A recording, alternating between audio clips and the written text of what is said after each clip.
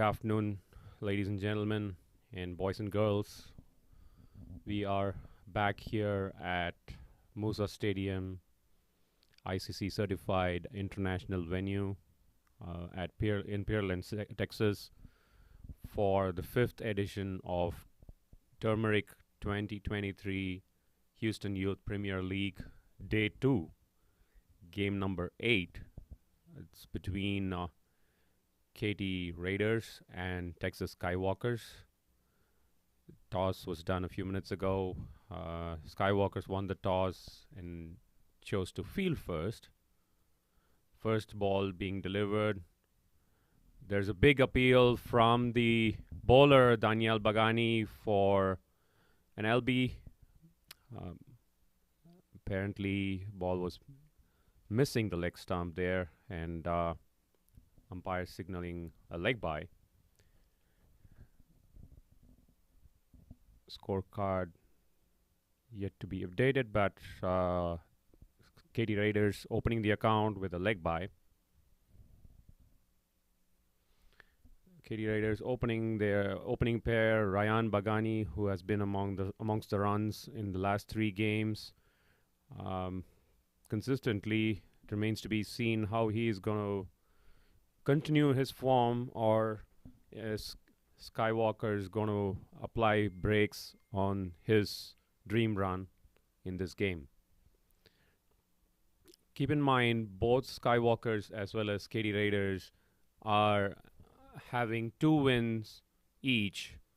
That has led to 12 points each for both of them, and they are currently sitting on top of the points table. And any one of the 2 that wins this game are virtually into the finals with 3 wins. And the equation works out to be the loser of this game and the game that's happening on the other ground in Balkis between TCC Kings and Challengers. The winner of that game will face off the loser of this game in the next league, and that will be a virtual semi-final to decide the finalist that will join the winner of this particular game. I think a little bit complicated there. So Daniel Bagani bowling from the pavilion end to Pranav Chittipalayam. Katy Raiders are playing on this ground for the first time in the last 2 days. They had their first 3 league games in the Balkis, and the next 3 games they're going to be playing in the Moosa ground.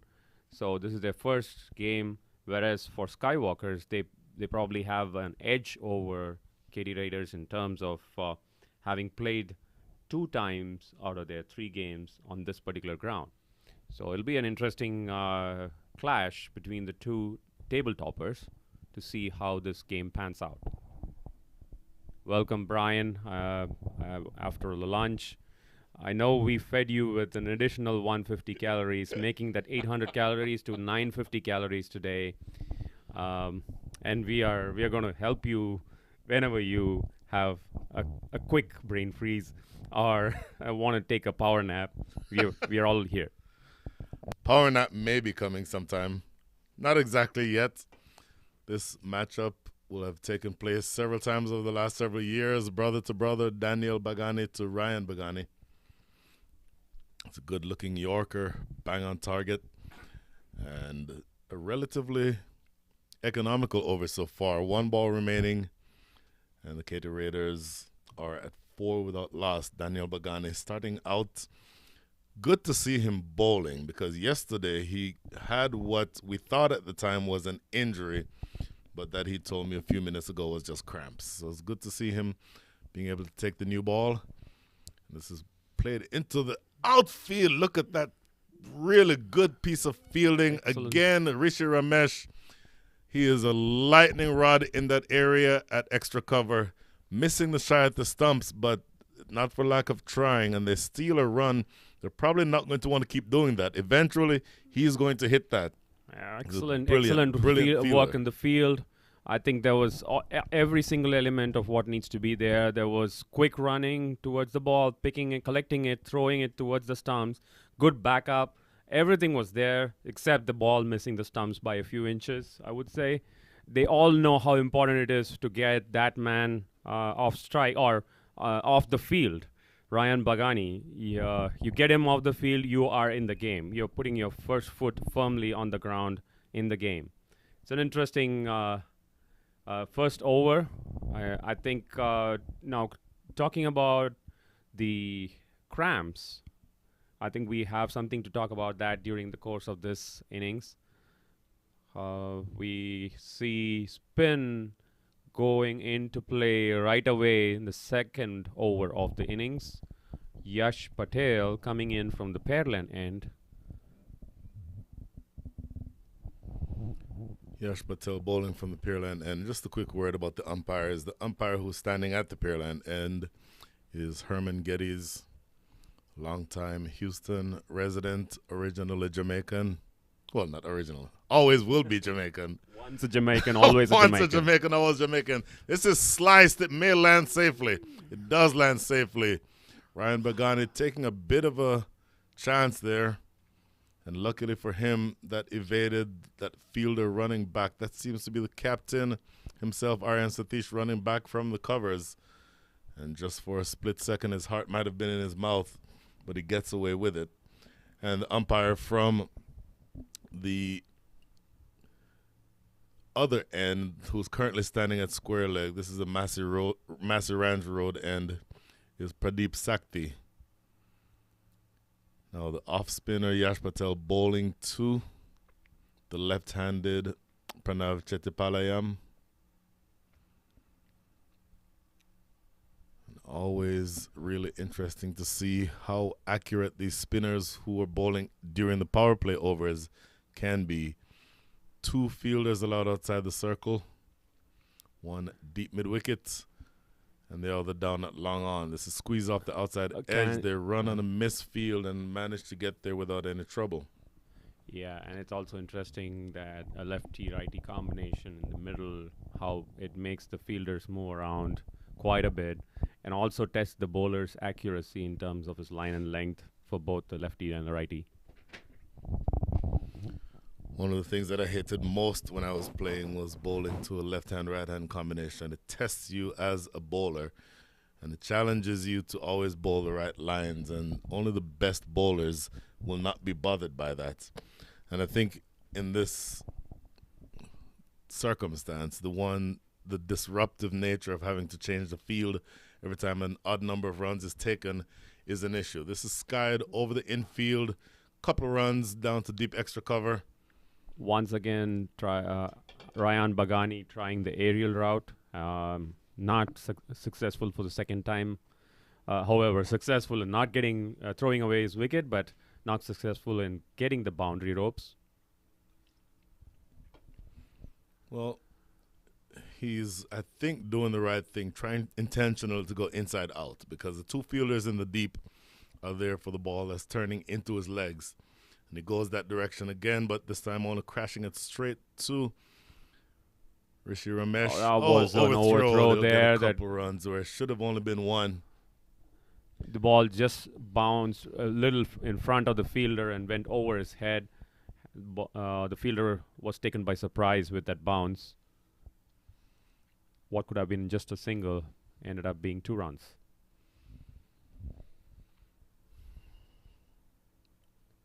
So the last ball now to be bowled by Yash Patel to Ryan Bagani. Down the ground, drilled straight, and it goes, I think, for 4. Umpire checking with the fielder, and the fielder confirms. That was 4th. So that was 4 runs. Good-looking shot. Struck right down the ground, and a confident stroke to close things out here in the second over. Good start to the over, a good start to the match, rather, for Ryan Bagani. He's 11 from 8. Pranav Chettipalayam is 2 from 4. Scores 15 without loss. Interesting.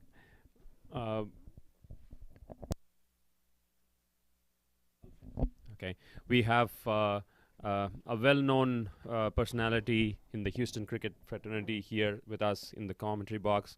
Welcome, Yogesh Kaka. Uh, it's been a pleasure all the time having you here around when the youth cricketer is happening anywhere in this city, and the mic is all yours. Good afternoon, everybody. It's a pleasure to be here watching this youngster playing in such a beautiful condition. That's a one ball he bowled outside the off, and it was a wide. So, batsman let it go. So, Yogesh, obviously, for those of you, or those of us who've known you for a very long time, will know that when you first started playing cricket here in Houston, none of this existed. And after this next ball, I'm going to ask you your thoughts about the development of cricket so far in the Houston area. This next ball is defended right down to mid-off, quick single taken, and in fact, no throw by that fielder at mid-off. So, Yogesh, your thoughts about the development of cricket overall in Houston for the last, let's say, 50 years? Yeah, I think what we started back in '76 when it's just a bunch of friends from India, Pakistan, and West Indies, we just got together and used to play around here and there. We started something, and we all had a dream that okay, we can develop the cricket good in Houston because the weather is always good here. Like almost 12 months you can play the cricket in Houston area. And after this ball, let's see, the bowler is coming in. Another Struck straight down the drive. ground. It's going to be Oh, fielded mid-off at and mid-off. Mid-off with a stop, but they run through for a second run. Go ahead, continue. And over the years, I think Houston is very lucky that we have very good community relation within Indian, West Indian, Pakistanis, and then over the period there are more people from Bangladesh, Sri Lanka, and some European countries, England and Australian people start coming in. So Daniel Bagani continues full and looking for the drive. Half-hearted appeal, not collected cleanly by Arjun Mahesh, but I don't think that was an edge. I think the bat of the batter, Pranav Chettipalayam, hit the ground, which was probably what created that bit of excitement. So having gone from just playing on a tennis court in Southwest Houston to seeing several proper turf wicket facilities in the Houston area, and knowing that, for example, coming down the line, there is going to be Major League Cricket. There is currently minor league cricket. How far, and you can answer after this ball, how far has cricket come in this country overall? This is lofted in the air, catching opportunity, but just out of the reach of the fielder running back from mid-wicket, and they pick up a couple. Your thoughts on the overall development? Houston, not only Houston, but overall in USA in last 7 years or something like what I see has been development is tremendously exponential. And the reason being it like, there are people like Saki Muhammad who created this field 10 years ago in Houston. And there are some international players come between India, Pakistan games, local players with some things. And yeah, full, driven, square, but there's a sweeper out there to do the work. Do they come back for two? They do. Actually, well struck ball, but good awareness of both batters to know that they could come back for the second run. So continue, please. and I think what over the last 3 years, we have seen the minor league cricket. And the good thing about minor league, there are a lot of professional players are in there, but at the same time, each team is giving chance to some youngs, at least 2 or 3 under 21 players. That show you can see that some of these players who plays in this youth tournament here, they have been part of the minor league teams over the last couple of years. Looking to force this off the back foot, passing perilously close to that outside edge. So in terms of overall development, you touched on a couple of the players who are playing in this tournament who are also playing in the minor leagues. What does that do for the other players who are in this tournament who can rub shoulders with those who are roughly the same age as them but who are also playing at a higher level in the minor leagues?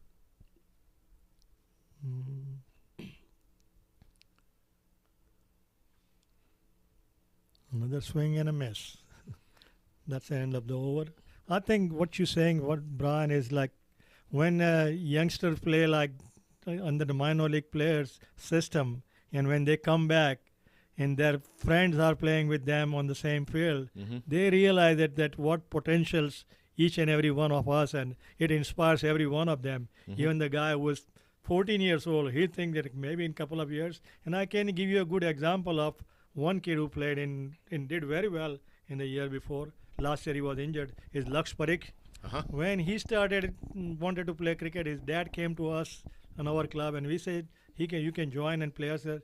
So we from 13-year-old in the within 3 years he got into the team of minor league team, and in the first year he was the second highest wicket taker.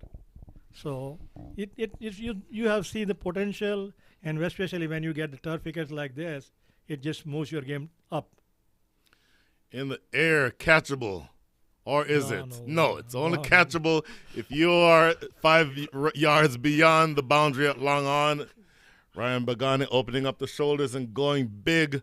That fielder thought he was stationed properly at long on, but he was probably about 15 feet too short.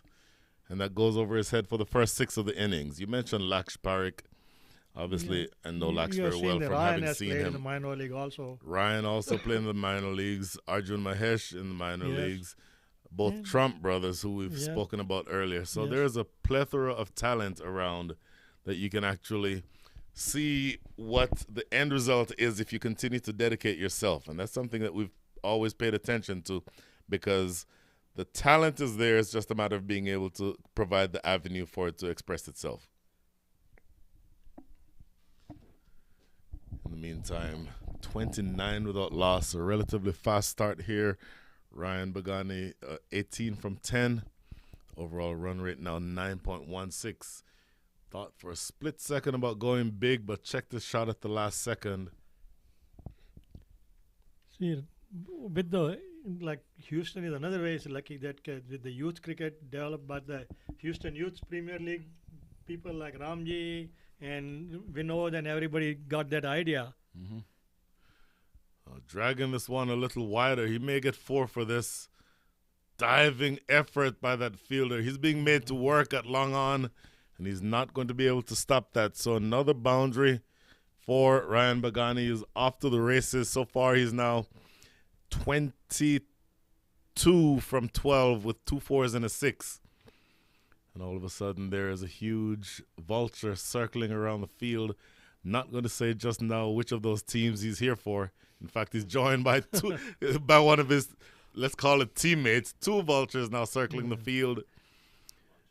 Boy, who's the smallest player on the field? Let's keep an eye on him. Oh, good quicker delivery by Yash Patel. But Ryan Bagani equal to the task and pulling it down to mid-wicket. 2 more runs. They're looking like they want to put their foot on the gas from an Yes. early stage. And like what I was talking about the HYPL, it given an opportunity to those 14 years and older players to play with the senior guys. And what they started this year again is Bang down the ground. What is that? a boundary. 6. Six. Signaled by umpire Herman Geddes. Ryan Bagani has taken 18 runs from the first 5 balls of this, the 4th over. And he's playing as though he has a train to catch. That's a powerful stroke. Going onto the back foot, actually. Playing that over his head off the back foot. And now looking to turn this around the corner. That may have been a leg by, as we see, yep, the signal coming from umpire Herman Geddes. So 41 without loss, 42 without loss in this game that we're watching here. And the other game going on at the Balkis ground, the Challengers, TCC Kings, 4.3 overs. The score is 24 for 4. Josh Trump, 1. Rit Hinge, 1. Aaron Nadkarni, 7. And Goinda Pranay Balaji, not. All of those are the wickets that have already fallen. So that game is starting out a little bit differently from this one. And it will be interesting to keep an eye on that to see how they go. But those are some big, big wickets at the back in the pavilion. Okay, so And I like to give the with the HYPL what they have done. They started playing on matting. Now both of them are getting chance to play on the turf wicket, and I think it's a really lift their game up to the next level. And I think Houston, in a way, that you have Houston Premier League, Houston Youth League, and now you're gonna be a Houston Junior Youth League. So it's kind of like a ladder where the kids can get from 11 years old. Within 4 years, he can be playing in a minor league. That's a great analogy, and it's not just one ladder. There's multiple ladders. Yes. Because what I mean by that is somebody who you and I both know very well. I'll get back to that in a second. This is in the air, over the top of mid-off. Boundary. It's going to run away for 4, but just for a split second, he may have had his heart in his mouth, Ryan Bagani, because he almost picked out mid-off at the edge of the circle. But anyways, I was saying, Yogesh, somebody who you and I both know very well, Lovekesh Kalia, Yeah. in the Dallas area. Yes. In fact, he sent me a message earlier saying, following in the footsteps of HYPL, he will be launching this year DYPL. That's good. So you have 2 different ladders. One Yeah, ladder in that's what I Houston where you can go from junior HYPL to HYPL to HPL Yes. to minor leagues and hopefully eventually major leagues. And the exact same And the Dallas pathway exists in the Dallas area. Smashed and dropped. Whoa, they'll get 1. But that was drilled very, very hard. Boy, those either stick or they don't. Ryan Bagani, a powerfully built youngster, and he absolutely blasted that one directly into the hands of that fielder at short cover. And boy, those are the ones that you want to see stick. And it did not stick. Interestingly, the person who we've seen fielding at that position for most of the day, Rishi Ramesh, thank you. He's fielding deep at the boundary at mid-wicket. And had he been in that position, and you never know what can happen, but Rishi Ramesh has shown the ability to hold on to screamers like that. So you wonder if he'd been there, whether or not that would have been the back of Ryan Bagani. Wow. Couple of really different and interesting developments so far, but at the end of, in fact, 1 ball remaining here in the 5th, smashed and straight to Rishi Ramesh at the edge of the circle. Now that really will be the end of the over. So 5 gone, an eventful 5 overs. The score is 47 without loss, with Pranav Chattopadhyay on 7 from 13 and Ryan Bagani off to the races, 35 from 18. Like what you mentioned about Dallas, like, if people don't know about that, until 1995 or something, Dallas didn't have a single league. Couple of teams from Dallas used to play in Houston Cricket League, and Arun Vitala, and they went back and they decided, okay, we want to, if Houston has this kind of league, we can start the league there, and they started, and now even Dallas even has a bigger league than 2 leagues in Dallas area. So it's a tremendous, we love to see that not only in Houston but all over the USA. People are talking about, once people talk about Houston and then now Dallas, then even Chicago is starting a lot of movements to kids getting into the games. So New Jersey area is already prime. They are doing these things. So I think for the youth there is a lot of opportunities coming up. Yogesh, I don't want to turn this into a conversation about old guys reminiscing, but we've played together for a long time here in Houston, and you mentioned some names from Dallas. Who are the people who you remember most from Dallas over the years who sort of have elevated the game, and just who you enjoyed playing against? Well, I think one of the biggest rival in Dallas and one of the best club to play against is Dallas County Cricket Club, led by Arun Vitala and Suhas Nayak. And I think one person I remember the most, the best athlete, Carl Thompson. You said the exact name I was thinking about. Flash and a miss outside off stump. This is Abhinav. In those days, I can see that Carl Thompson was a perfect example of, when in a baseball analogy you see somebody like well-built, athletic and everything, like a basketball players like LeBron James or something. He can do everything on the field. Oh my goodness. Carl Thompson. Another big swipe and a miss outside off stump. Carl Thompson, if I had to estimate his height, it would probably be 6'4", 6'5". Yeah, at least that. 6'4". Shoulders built like a Mack truck. Yeah. He could bowl fearsome pace off of 3 or 4 steps. He could hit the ball 150 yards. Yeah. Just a tremendous, tremendous cricketer. Jamaican, of course. Yes. Because after all that, how could he not be Jamaican? Struck over the top, that's going to run away for 4. In fact, it may not. It's slowing down and, in fact, stops about a yard or 2 ahead of the boundary. But that's another 2 runs. So, yeah. So I haven't seen Carl in a few years. I haven't heard him from him. But I talked to him about 3-4 years ago. Mm-hmm. And what is the good thing about it is he was such an intimidating player on the field when you play against him. Mm-hmm. But when you step off the field, he's just like your closest friend. What a That great kind of way personality putting he has it. So Absolutely great way of putting that. You're absolutely right. And then I could say the same thing about several of the players Yes. who we're talking about now. I'll say the same thing about, goes over the top again. This may go all the way. Just landing inside, I think. No, it went all the way for 6. Umpire Herman Getty signaling 6. Fielder signaled the 6. The fielder signaled a 6. Interesting. I didn't realize it went that far. Signaled the 6. So, by the way, that's good sportsmanship by that fielder. Who is that? That is on the boundary, Yash Patel. Yogesh, I would put everybody on your club, HICC, in that exact same category, where you were ruthless on the field, but after the game, you were the best people to be around. Yes, And absolutely, I that's think what it's supposed to be. We wanted to have a camaraderie between the teams and stuff like that. We play, once we step inside the boundary, we play real hard. But once we step out, we're just going to be the best friend we can be, and enjoy the time with each other. Because this is what reminds us from back home what we bring. And Completely. So this is Abhinav Chowdhury. Next delivery, stroked down the ground. And a couple of bounces to that fielder down in the deep at long off.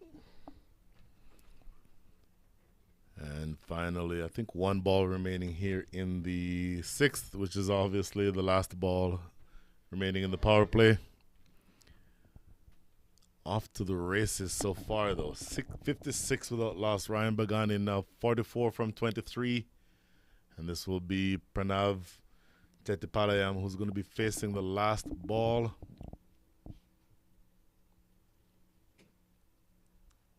Last ball of the power play. So let's see if he can keep it relatively quiet for this last delivery. Just dropping that down to that sweeper coming in off the boundary at cover. 1 run to close things out. A very, very productive power play. 57 runs coming from that power play. 9.5 is their score. Make that 58. My apologies. yes. In fact, that may be another run off. It might be 59. Let's see exactly what the score is when it's updated. Either way, when we get the exact score, we'll get it. But the bigger point is that this opening pair, has hit the ground running, and they're going to be looking, I think, to try to capitalize on this fast start. They were put in to bat, remember? Captain of the Skywalkers winning the toss. And they're absolutely making mincemeat of this attack so far. And Abhinav Chowdhury is going to be asked to hopefully pull things back, but he's bowling to a man on a mission, and Ryan Bagani, that's a good ball. Good Yorker length. And the good thing, though, is that they're even scoring off of the good balls. So that's never something that's going to be easy. But when you can actually score off the good balls and then capitalize on the ordinary balls, that has the makings of a really, really big score.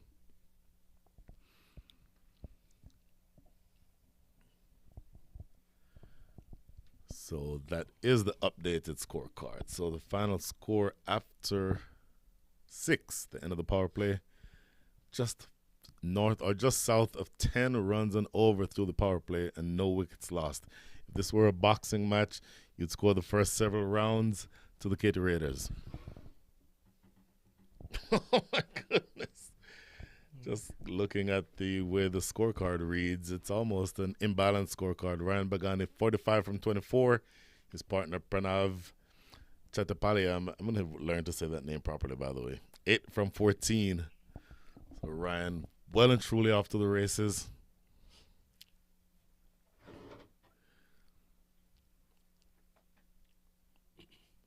So with the change in the field, obviously you expect to have a much more defensive field. And speaking of defensive, the other match that is going on that we touched on earlier, the defenders are having a better time of it than the attackers. Challengers are 29 for 5. Anirudh Boliseti, Goinda Pranebalaji, Aaron Nadkarni, Ridhinge, and Joshua Trump all already out. So half the side is out, but more accurately, probably 75% of where you expect to get your runs from are back in the hutch. The score there is 29 for 5 with 1 ball remaining in the 7th over. So that might be a match that doesn't go the entire 20 overs, at least in innings.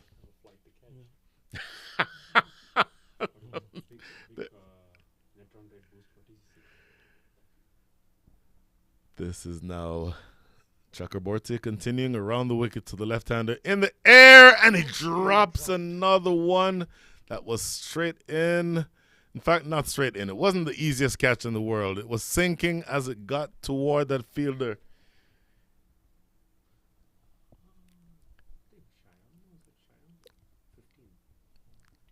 Boy, a catchable ball, though. It has to be said. That certainly is catchable. It's Ron Bardwaj. So sinking as it got to him, but you'd have to think that you'd hold on to those half chances. Short. And he chopped on. Oh, my goodness. That is against the run of play. Well, maybe the plan was to get Ryan Bagani back on strike so he could take his wicket, because he chopped that one on. The ball, has to be said, did not bounce very high. And it sort of took the under edge and came off and disturbed the furniture that might have gone on to hit the off stump. So the first wicket falls. Ryan Bagani, after a really fast start, departs, and the score is 61 for 1. I think that ball kept little lower than what Ryan expected it.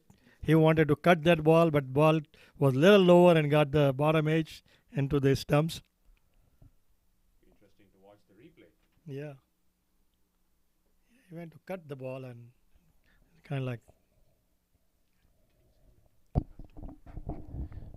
Okay, we have another familiar name when it comes to cricket commentary box, especially with reference to the Houston Youth Premier League.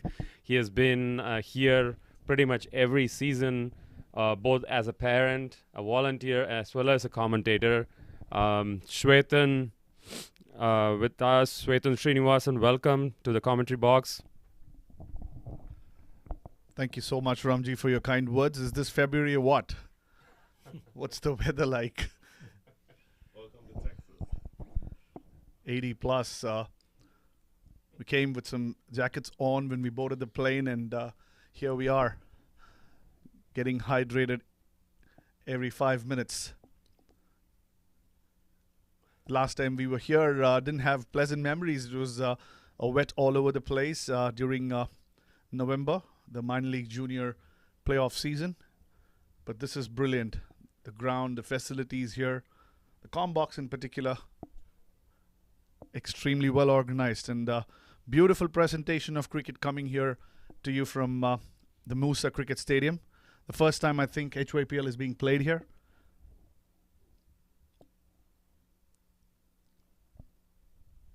I think that, to be honest, this is getting it better and better, this place. And with the facilities what Saki Mohammed has installed in it, and it just gives a tremendous boost to the cricket, and especially the youth cricket.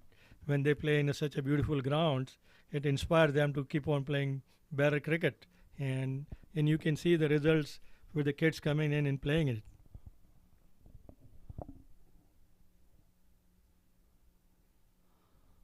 Oh, that's been swept away, paddled rather to fine leg, should reach the fence. So the Katy riders rather not stopping the momentum. The first ball being put away by Arya.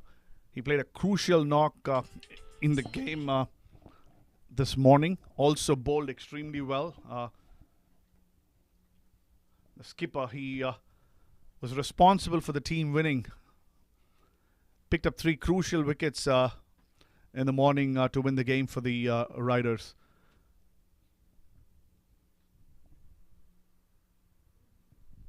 Another full-length delivery outside off, driven beautifully straight to the fielder at cover.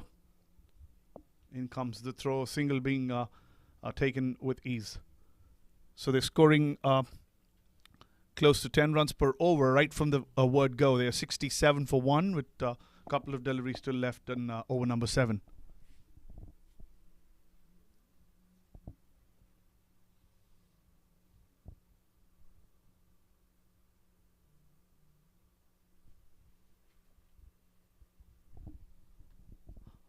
Going round the wicket to the left-handed Chettipalayam, who's playing a rather cautious knock. Was in blistering form this morning. He scored almost 35 runs of 15 balls or something in the first 3 overs. Ryan Bagani did not get much of a strike. It's the opposite that's happened this afternoon. Ryan Bagani went bonkers until one that stayed low. This one also staying a little low. Arya was good enough to keep it out of the stumps. Went straight to the fielder. A dot ball to finish the over. Scored 68 for the loss of Ryan Bagani's wicket at the end of over number 7.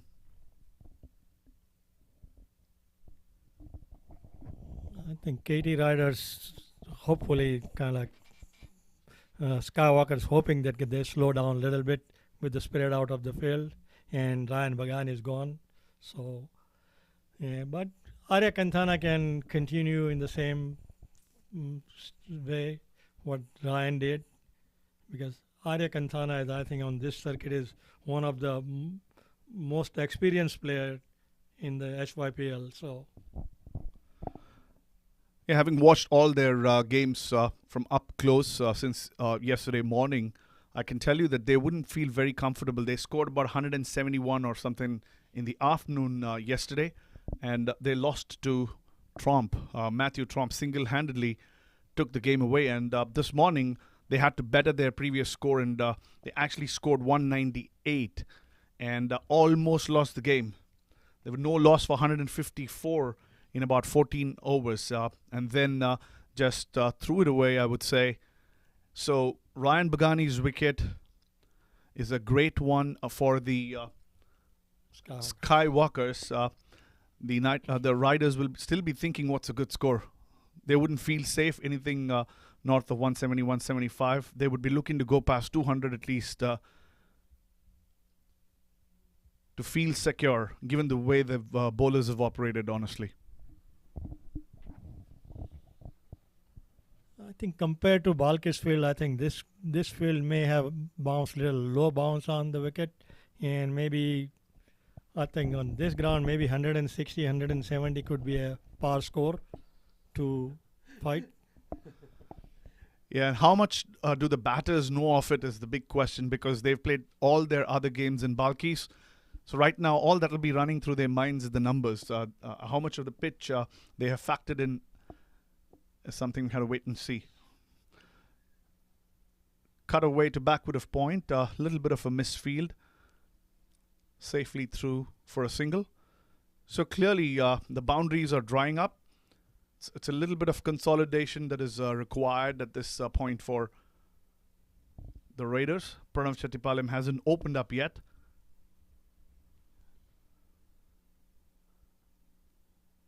Tucked away to the leg side.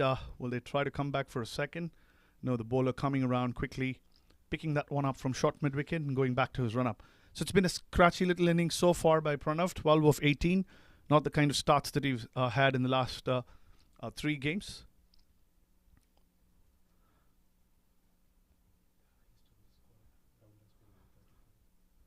Oh, that's short of length. Gets under that one and hits over cover for a brilliant boundary there, Arya. It didn't bounce that much, so he had to stay much, much lower than he would normally have. But still was able to get over the infield for a blistering boundary.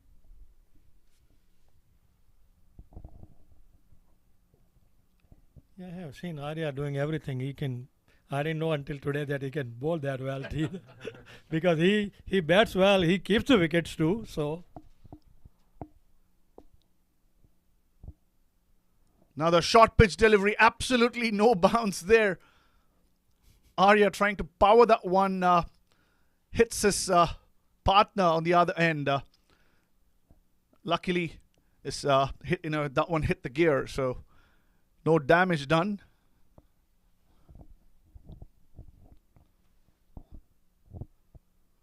Slightly pitched up, tries to cut that one outside edge. A quick single. Pranav comes through to the danger end rather safely. A single taken, but clear signs of no bounce, and it's going to be difficult to score that 170, 180. So 76 there at the end of over number 8, the Katy Riders.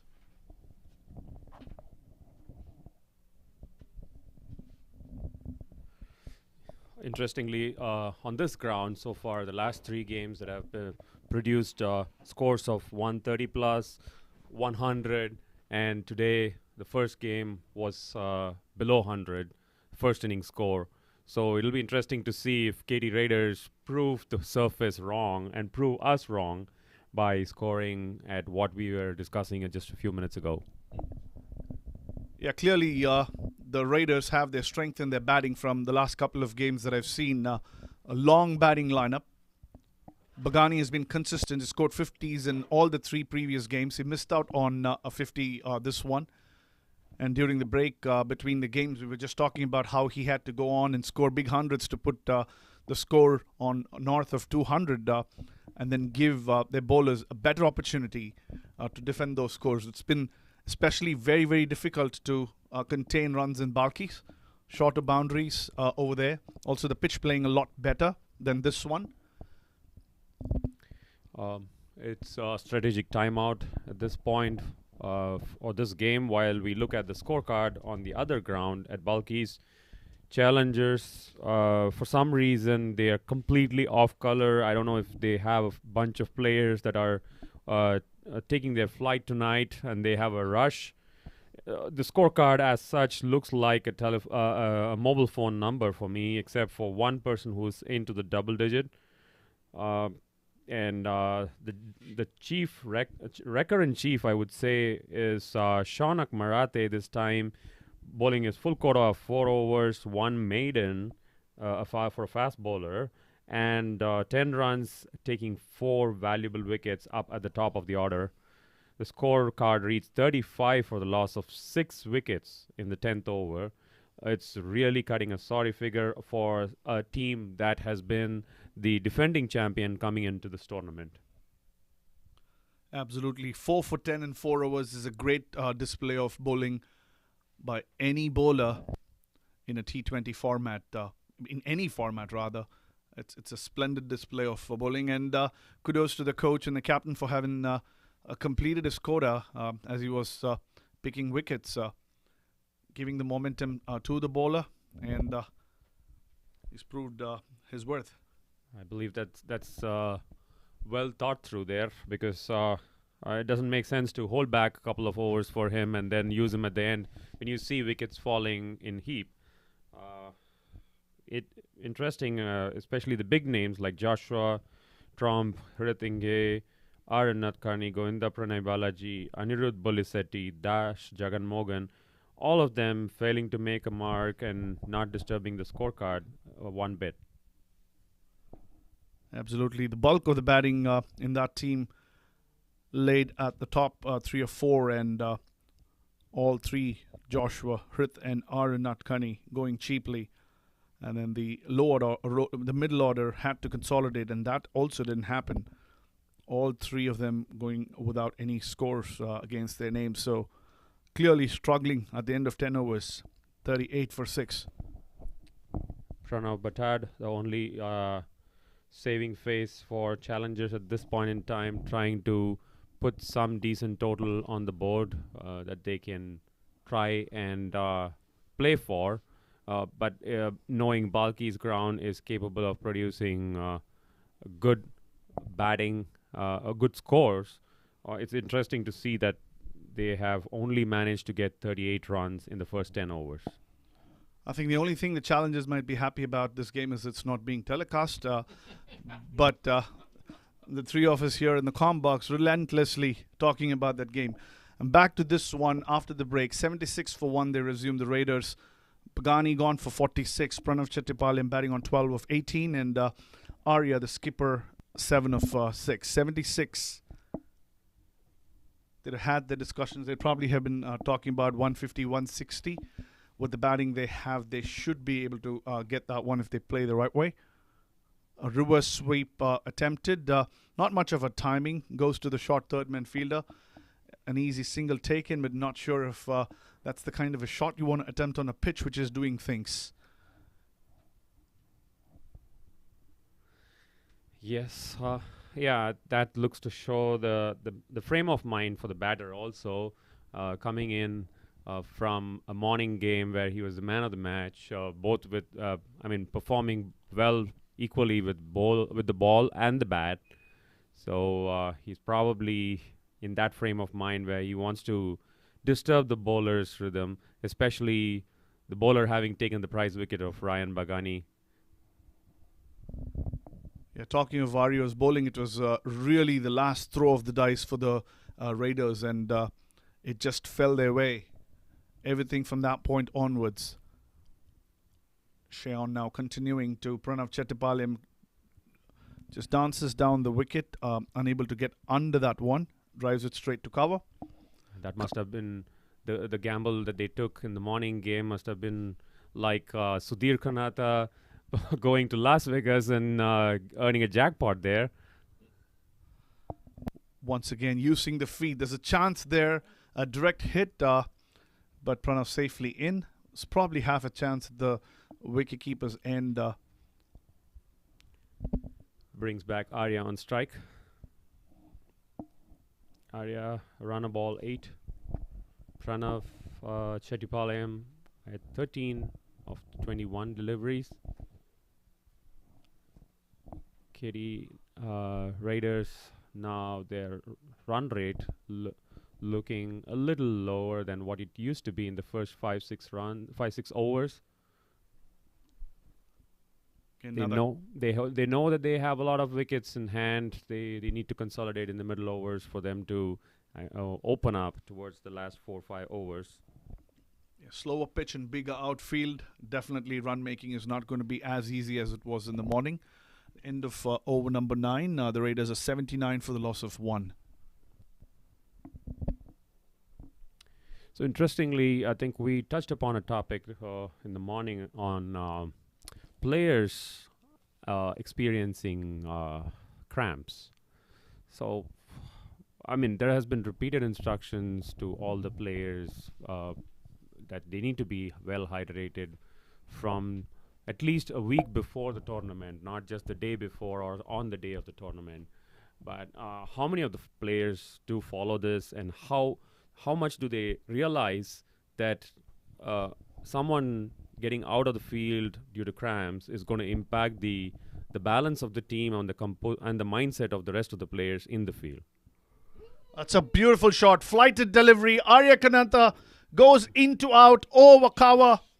A huge 6. The first ball of Rahul Bose. I was just about to say he bowled extremely well in the morning.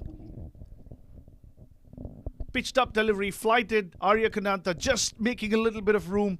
Gets under that one and hits over the boundary line. Oh, we've seen a few of those shots today. I don't think I can think of any better than that one. It was hit with placement, but the power with which he hit that landed probably 5 yards beyond the boundary line. Just a beautiful shot. This time going down the leg side on his knees. Paddle sweeps that one towards fine leg. Not enough legs to get to the boundary. Will easily come back for 2. So at the toss, Arya Kananta seemed to think that 160 was going to be what they were shooting for. I thought it was optimistic when he first said it, and I was attributing that in part to the fact that they played all their games on the Balkis field, but they're certainly on pace to get something close to that now. Absolutely. Everything has to go their way for the next 10.3 overs for them to score about 160. But I'll tell you what, though, as of right now, they're scoring at the rate of 9.26 runs and over. They're 88 for 1. If they maintain this same rate throughout their innings, they'll get to 185. That may be overstating. That might be the high end of what they might get to. But even a run of ball from here gets them to 151.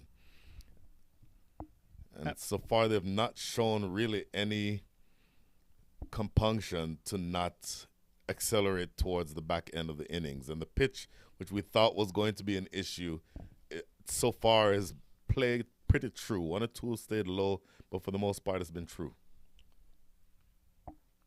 That's true. One thing that's not failed for the Raiders so far in this tournament, we are in the fourth game of the six league games, is their batting. They have done well with the bat in every opportunity. They chased down a little over 100 yesterday in the morning in about 11 or 12 overs. They scored 178 in the second and 190 this morning.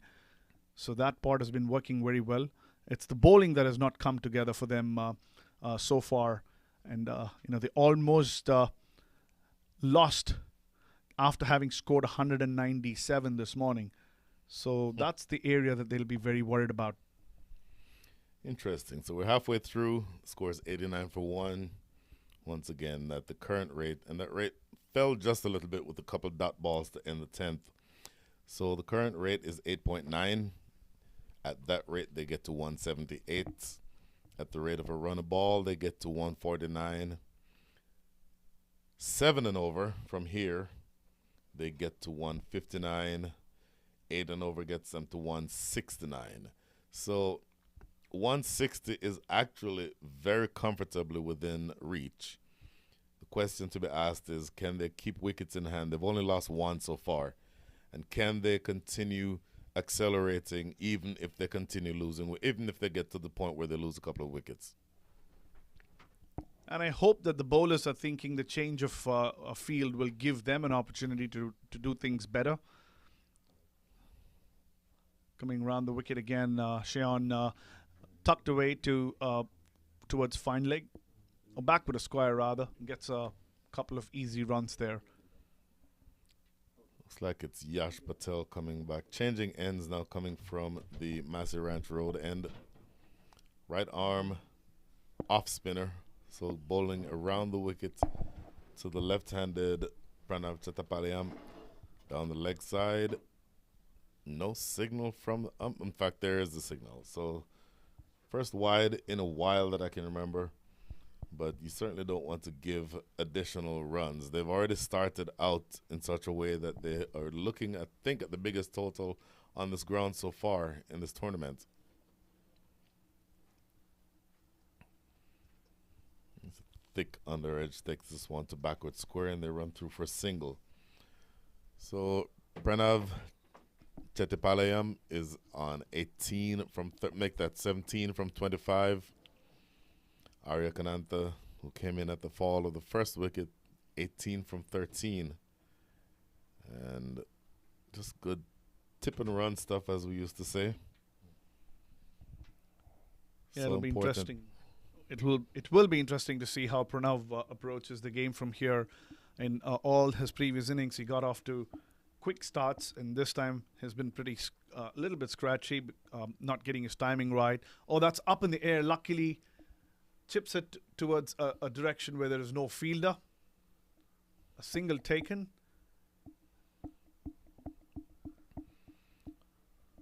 Always good to see the umpires communicating with each other. Umpire standing at the Massey Ranch Road end is Pradeep Sakti, and Herman Getty is the umpire. Currently at square leg, operating from the far end. This is late cut down to backward point rather, and it runs all the way for 4. That is really well timed because it was not a powerfully played shot. And he simply just kind of opens the face. That is expert batting, really piece of expert batting there by Arya Kananta. Waited for it to come, played it very late. The outfield is definitely lightning quick. Once it went past the fielder at backward of point, it was always going to reach the fence. A fuller length delivery, little bit of a miscommunication. Sent back there by Pranav Chettipalayam. The right call taken. Would have been curtains for Pranav had he tried to take that run. End of 11 overs, 98 for 1. The Katy Riders. 98 for 1. So continuing to consider what sort of score they may end up with. Right now we're at 178 in terms of a projected score, assuming that they stay on the same scoring rate. I think even with the back end of the innings, you can accommodate for 1 or 2 wickets falling, maybe more than that. And I think 8 runs and over is very realistic. They're right now at 8.9 runs and over. So even if you accommodate for them to slow down a little bit because a couple of wickets have been lost, you still think that they're capable of 8 and over. So 8 and over gets them to 170. I'd have to think that that would be the minimum that they're aiming for. Yeah, at the same time, the Skywalkers should think that if they can get Arya, if they can get Pranav real quick, they can put additional pressure and try to keep that under 150, 160. It's going to be difficult for them, but they have to think that way. They did win in the morning. They'll want to win another one in the afternoon to stay pretty on the points table. Back to pace. Daniel Bagani comes into the left-hander, and Pranav will like this. He's somebody who likes the ball coming onto the bat. Plays it towards the leg side for a single, gets off strike and puts his captain to face the next delivery. Daniel Bagani so far, 2 overs, make that 2.1 overs, none for 13. And Ryan Bagani took a liking to his brother earlier on. This is thick outside edge. It's running away down the hill. It may just have the legs to get there. No. Pulled back. That's a good piece of fielding. They come back for 3. Do they make it? Yes, they absolutely make it. That's good running. So a lot of activity. Thick outside edge, piercing that gap between backward point and gully. And they end up with 3 runs from the bargain. A good chase there by Pranav. Ramji had to put in the dive to pull that one back. He did wonderfully well. Saved 1 run for his team, and every round counts in this kind of a format.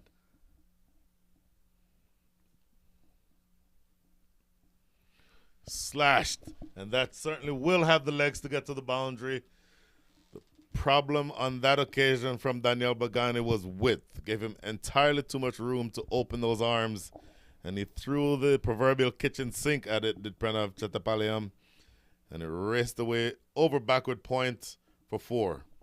Yeah, I was just saying when Bagani came into bowl that Pranav will like this because he likes the ball to come onto the bat.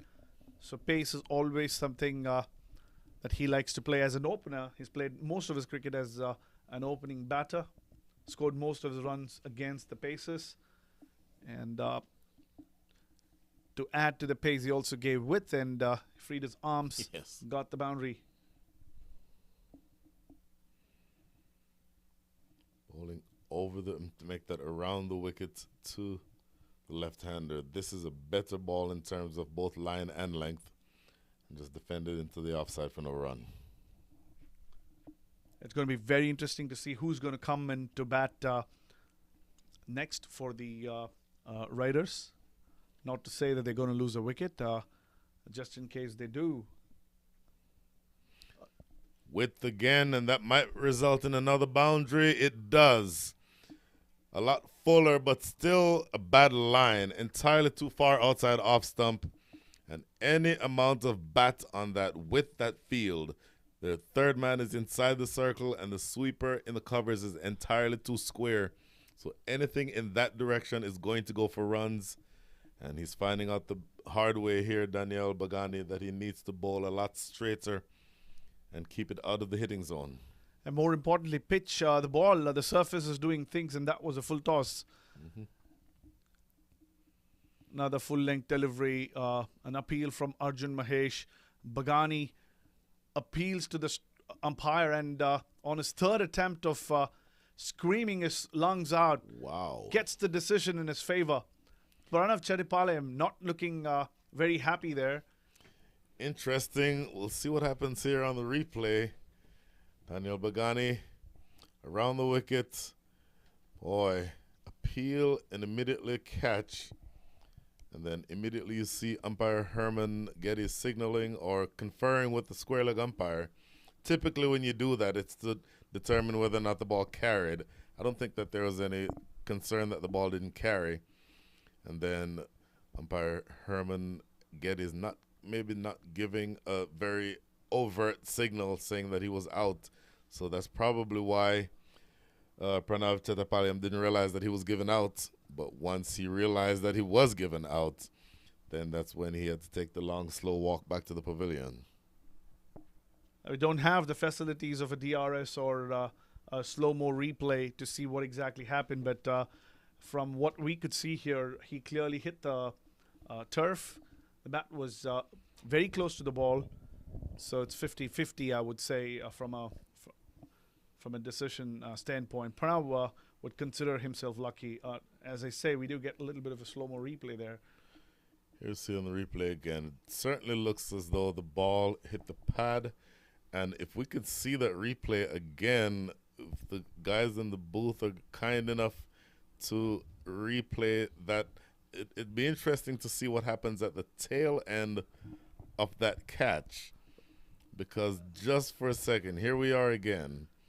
A little bit of a break in the action, so we have some time to look at this and slow it down here. Yep. Good delivery, drawing the batter forward. I think for sure that his bat hit the ground. Whether the ball hit the ground or hit the bat also is hard to tell. But then you see right here.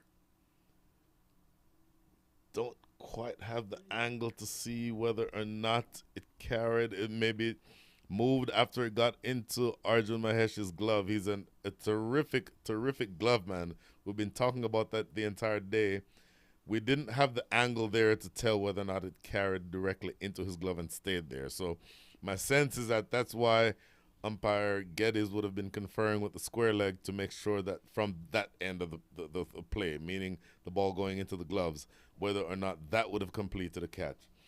I still think it's an open question as to whether or not when the bat hit the ground that at the same time the ball hit the bat. And look, we have the ability to sit here in a nice air-conditioned studio and look at replay after replay after replay. Umpires on the field have one chance in real time to get it right. And so under no circumstances would I ever want this to come across as sounding like a criticism. But from our vantage point, it certainly looks like there could have been multiple things happening there. But at the end of all of it, the umpire's opinion is final. He makes the call that he thinks is right in the moment. And umpire Herman Geddes has decided that that is the end of Pranav Chettipalayam.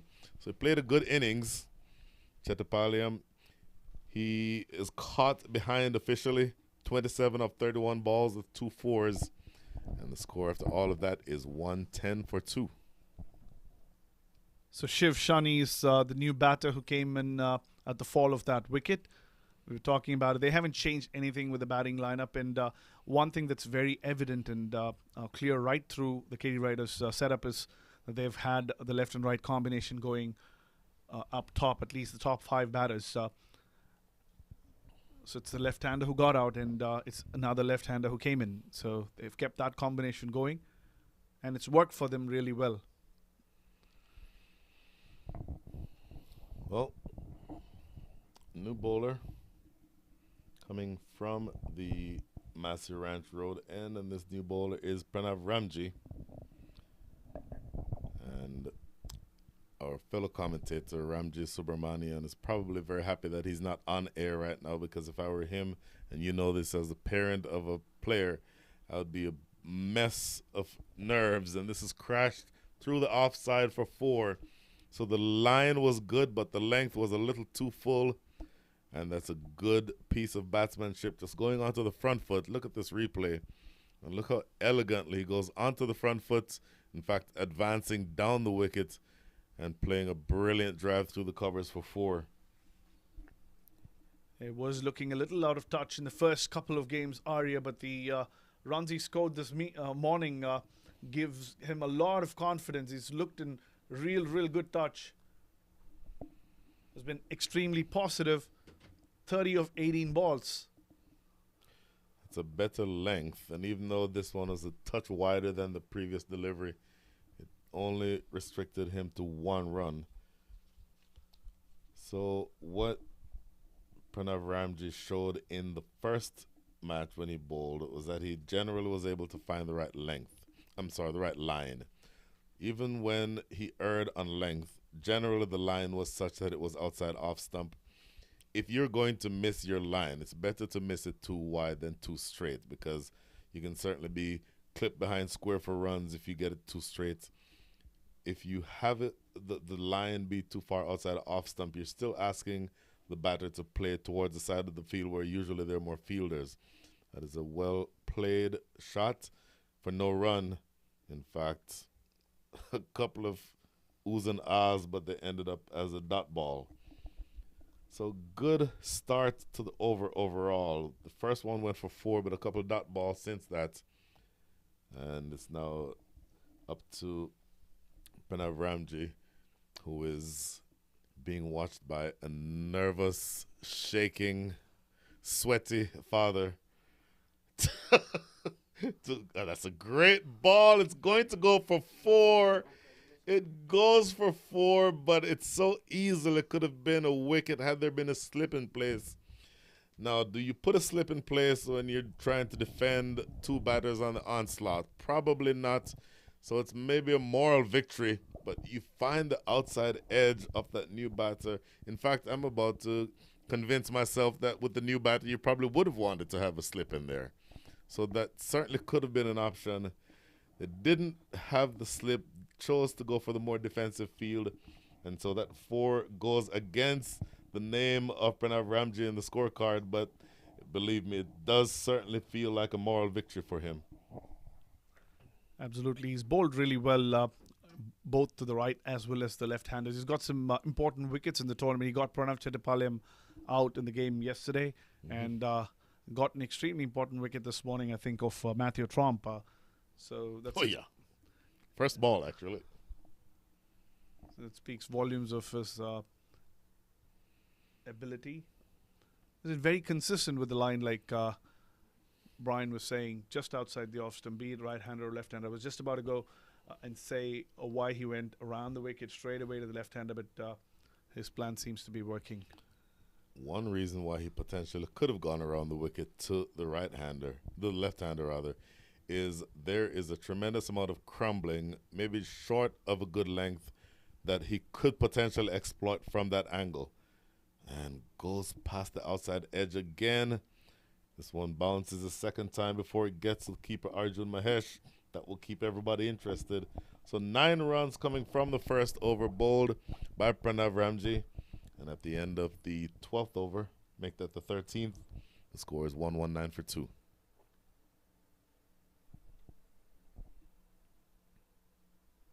It's a great game of cricket this morning between the Australia women and the South Africans are playing at home. They did really well to reach the finals, I think, for the first time. But Australia winning the title for the 6th time, and that's some achievement. They remind me of the men's team in the late 90s, early 2000s, growing from strength to strength, winning titles after titles.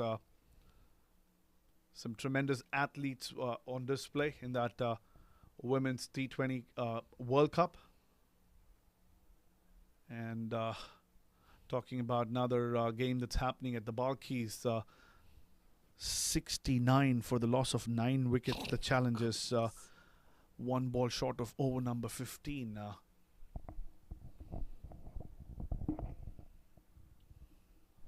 Leg spinner comes into the attack. Aryan Satish starts slightly outside of off stump, which is a good line to start. Just taps it towards the cover region.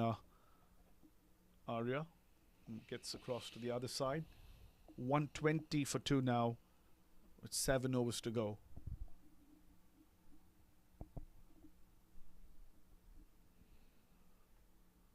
Aryan Satish with an injury on his left forefinger, so his non-bowling finger. What you're not going to want if you're him to have the ball coming right back at you. But it's going to be an interesting matchup to the left-hander. In theory, he'll be turning it into him, and there.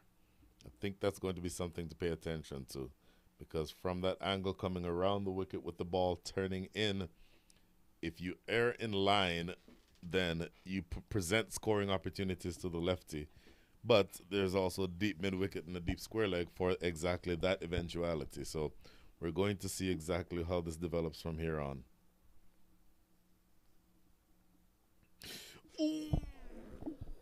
Oh, a straightforward stumping opportunity goes down. Arjun Mahesh probably stood up a little too early there. Ball keeping low, failing to gather that one. Straightforward opportunity and goes begging. Wow. Well, maybe another perfect example of commentator's curse, because we've spoken all day about the tremendous professional level glove work from Arjun Mahesh. That's the first time that he missed one that 99 times out of 100 you'd expect him to swallow up with no issues whatsoever.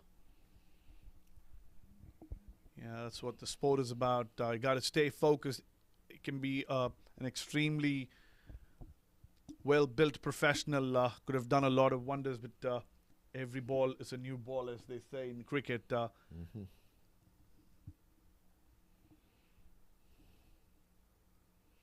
Whoa, what a great ball. Shiv Shani that time just rooted to his crease.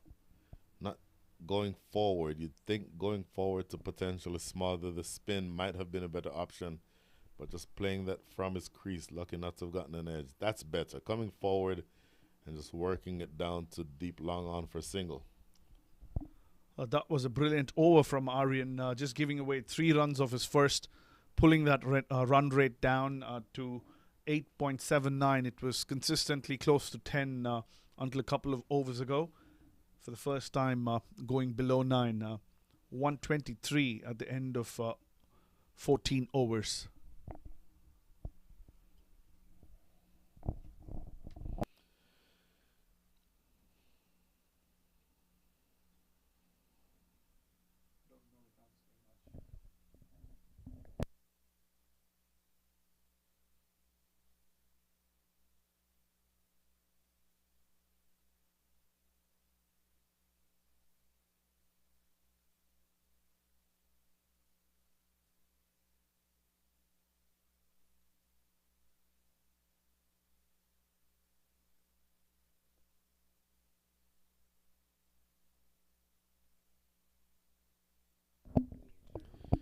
So 14 overs up.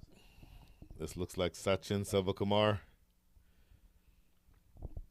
And Yogesh, I started yesterday. I said that the very first match that Jaden ever played in as a 7-year-old, Sachin Selvakumar was his teammate. And the first ball that was bowled to him was Sachin's brother Surya. So long time ago, and the nostalgic father in me longs for the days where my son played cricket. These days, he's more of a cricket fan than he's a cricket player. So this first one, squeezed off the outside edge, and they run through for a single. Sachin Selvakumar, very tall, much taller than his namesake. Let's put it that way, probably by a foot. Somewhere around 6'3" or so. Tossed up and played elegantly by Arya Kanantha into the outfield for a single. So 2 leg spinners bowling in tandem there. They'll be trying to get a wicket here or 2. They've already slowed things down a little bit. Plays it straight down to long on for a single. So runs coming in ones and twos in the last 10 plus deliveries. I think bringing the two leggies on at the same time to bowl potentially to Arikanantha is a good move. Again, any movement, any turn would be away from Arikanantha, even though he has shown the expertise to be able to go over the top in the air toward extra cover. So it's the type of delivery that, you know, in theory, he would be able to still play his shots. But I think I'd prefer him playing in the offside than the leg side where his power game is. Yeah, and what's nice to see is, the flight. He's a tall bowler already and is giving it a lot of air. So in comes a chance of deceiving the batter in flight.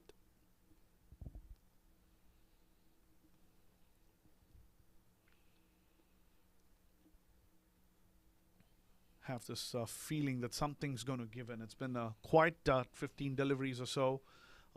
Outside edge, beating the backward of point. Wouldn't run to the fence. The fielder at cover, running around and stopping that from going past. 2 runs taken nevertheless. So that is the end of the over. 7 runs coming from the over. The score is 130 for 2. So going back to our discussion about the potential score, at the current run rate of 8.67, that gets them to 173. If they go, let's say 9 runs and over, let's say you accelerate just a touch past where you are right now, 173, make that 9 runs and over, gets them to 175. And as I said earlier, Arikanantha was thinking that 160 was what he was aiming for, roughly. If they end up at 160, they, number one, would have had to only score at the rate of a run a ball. Exactly 6 and over gets them from here to 160. But I think they'd be disappointed that the scoring rate would have come down that far, that they're only able to score 9 runs and over from here with 8 wickets in hand. Yeah, the good thing for the Riders is that the skipper himself is at the crease.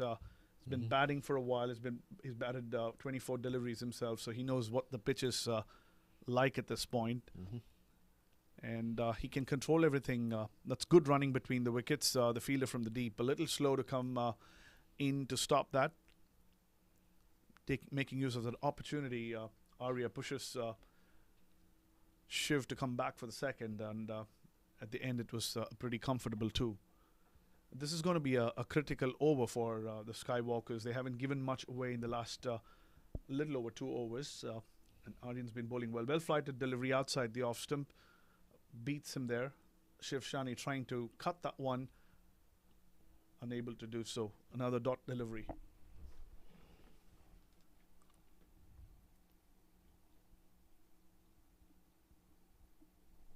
Critical 4 deliveries coming here in this innings of the Riders. Going on the back foot, punching it towards long on. So no damage done, just a single taken. And the Raiders will also be hoping that the batters to come will be able to score faster, as it happened this morning. Sahash came in towards end and scored a quick fire 24 of 11 deliveries and pushed that score, which is looking to be somewhere around 170. That's gone right up in the air. A chance of a catch and nicely taken. A mistimed shot from Arya goes up in the air and beautifully taken by... That's Rishi Ramesh. He will never, ever drop anything that is in the same zip code. Probably, for me, the best fielder in this entire tournament. And as long as he was able to judge it, in fact, didn't quite judge it perfectly, ended up taking it around knee height. But if it's within his same area, he's always going to catch those. And so you see there the bottom hand coming, or the top hand staying on, the bottom hand coming off of that shot by Arikanantha. So not playing it with all the power that he could muster.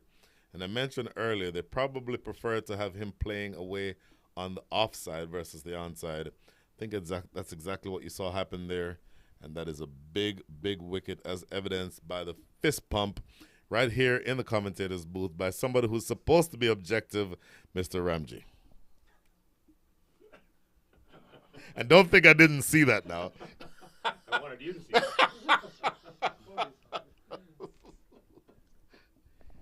Is that going to be a game changer for that team? I don't know. Here comes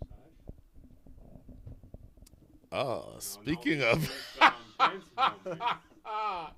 speaking of nervous parents, Somebody else is sweating here in the commentary box with 66 degrees, air condition running behind him. Absolutely not, Ramji. He's done well in the 2 games he's batted. He scored a quick fire 24 of 11 balls and came in at a similar situation yesterday as well. Scored 30 of 30 deliveries. So he has helped and has done well. Yeah. So hopefully we'll be able to repeat that. Yeah, every game is a new game, and we look forward to bettering whatever he has done in the previous game. So that's the expectation from every parent, I would say. Oh, Absolutely. As we keep saying, the top 6 and the Raiders are all opening batters. In their respective clubs, respective leagues that they play in. So they have a lot of batting, and they should still be able to get that 160, 170 with about 4 overs to go. But definitely clawing their way back into this game, the Skywalkers have picked up an important wicket of Arya Kananta. Sahash facing Aryan Satish. Comes forward and defends that one. I thought Katy Raiders at some point during the draft picked almost 8 or 9 opening batters for the team. Yeah, and yeah, four keeper batsmen in the team. You you can't ask for surplus than that. tossed up and played off the back foot. Sahar Swethan is off the mark. And that is the end of a successful over by the captain. Asking the leg spinner to have the right-handers play away on the offside, and he accomplishes exactly that. Only concedes 4 runs and takes the big wicket of Arya Kananta. So, you know, we spoke earlier about the concluded women's T20 Cup today, and we talked about the Australian team one. Well, there's some evidence, or let's call it an Australian-looking batter out in the middle in the form of Mr. Sahar Swethan, because that collar is turned up. If it were turned up any higher, it would be above his ears. Looking also very much like... That also reminds me of the great Clive Lloyd. Clive Lloyd did that some, but I would associate that more with the Aussies in the last several years. And in fact, it's not just the turning up of the collar, it's the arrogance that goes along with it that says, I'll be here for a while. I can't have the sun on the back of my neck for the next 7 overs, so I'm going to stay right here with my collar turned up the way it is.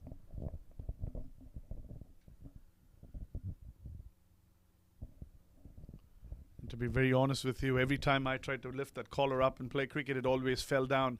Maybe the quality of clothing that I ever got to wear. Absolutely the case that the clothing today allows for you to put the collar up if you want to. The clothing back in our day did not absolutely go that way. Clip to mid-wicket, no runs. A good couple dot balls to start the 17th over by Sachin Selvakumar. Working quickly.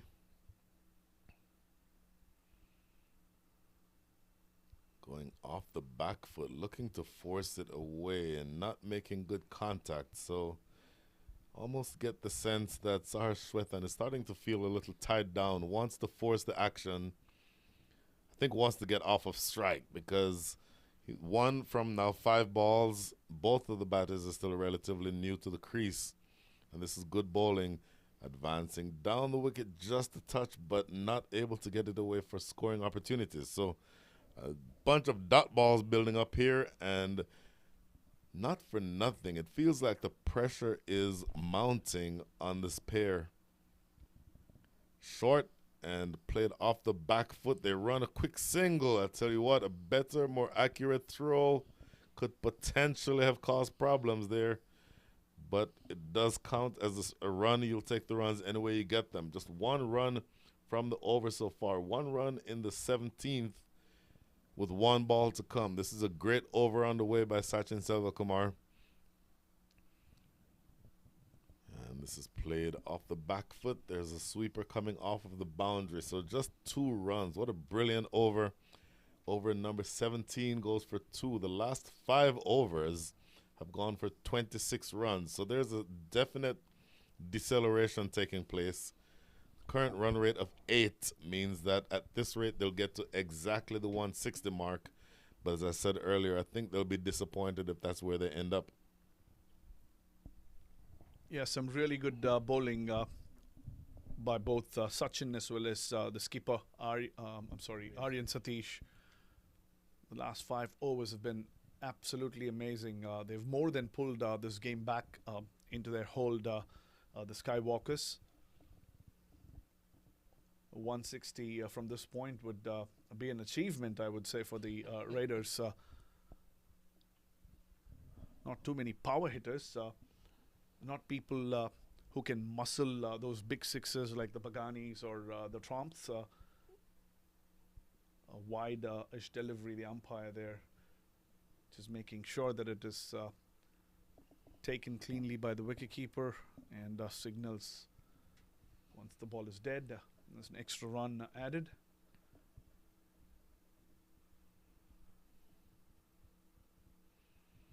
Oh, that went too close. Once again, no fielder in the mid-wicket region. Just tapped there for a single. So just a little over, close to 3 overs left in this innings. 2.5 to be more precise. The Raiders would definitely be trying to get those 25-30 runs. But where are they going to come from? Saharsh with more of an open stance probably has already decided. That's a beautiful shot over cover, but it's gone straight to Rishi Ramesh at wide of long off and beautifully taken. It was a really good shot that, but not good enough to clear the fence. I mentioned that it appeared that pressure was building up, and I think you saw evidence of that pressure, wanting to make sure that the scoreboard keeps ticking. Good, accurate leg spin by both of these leg spinners, the captain Aryan Satish as well as Sachin Selvakumar. And so that pressure, I think, results in another wicket. And unfortunately for both Swethan, the batter, and Swethan, the commentator, Swethan, the batter, has to walk back to the pavilion having lost his wicket. And I think the lesson there is do not test Rishi Ramesh. He will not in 100 years drop that catch. Yeah, it's been in that. He seems to be acting like a magnet out in the field. Oh, yeah. Wherever the ball goes, it ends up in his hands. Pair of safe hands, I would say, of this tournament.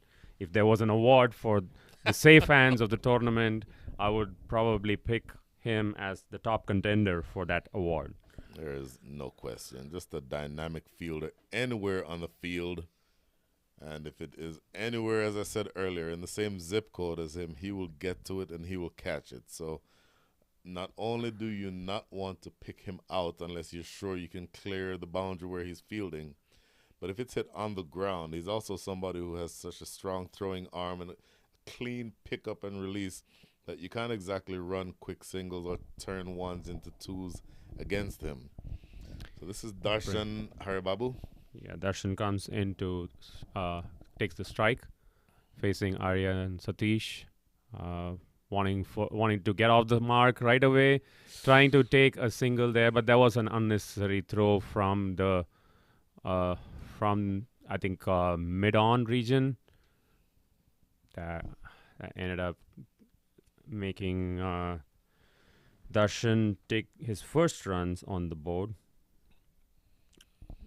Talking of Darshan, he's been having a unusually quiet season so far this season in HYPL.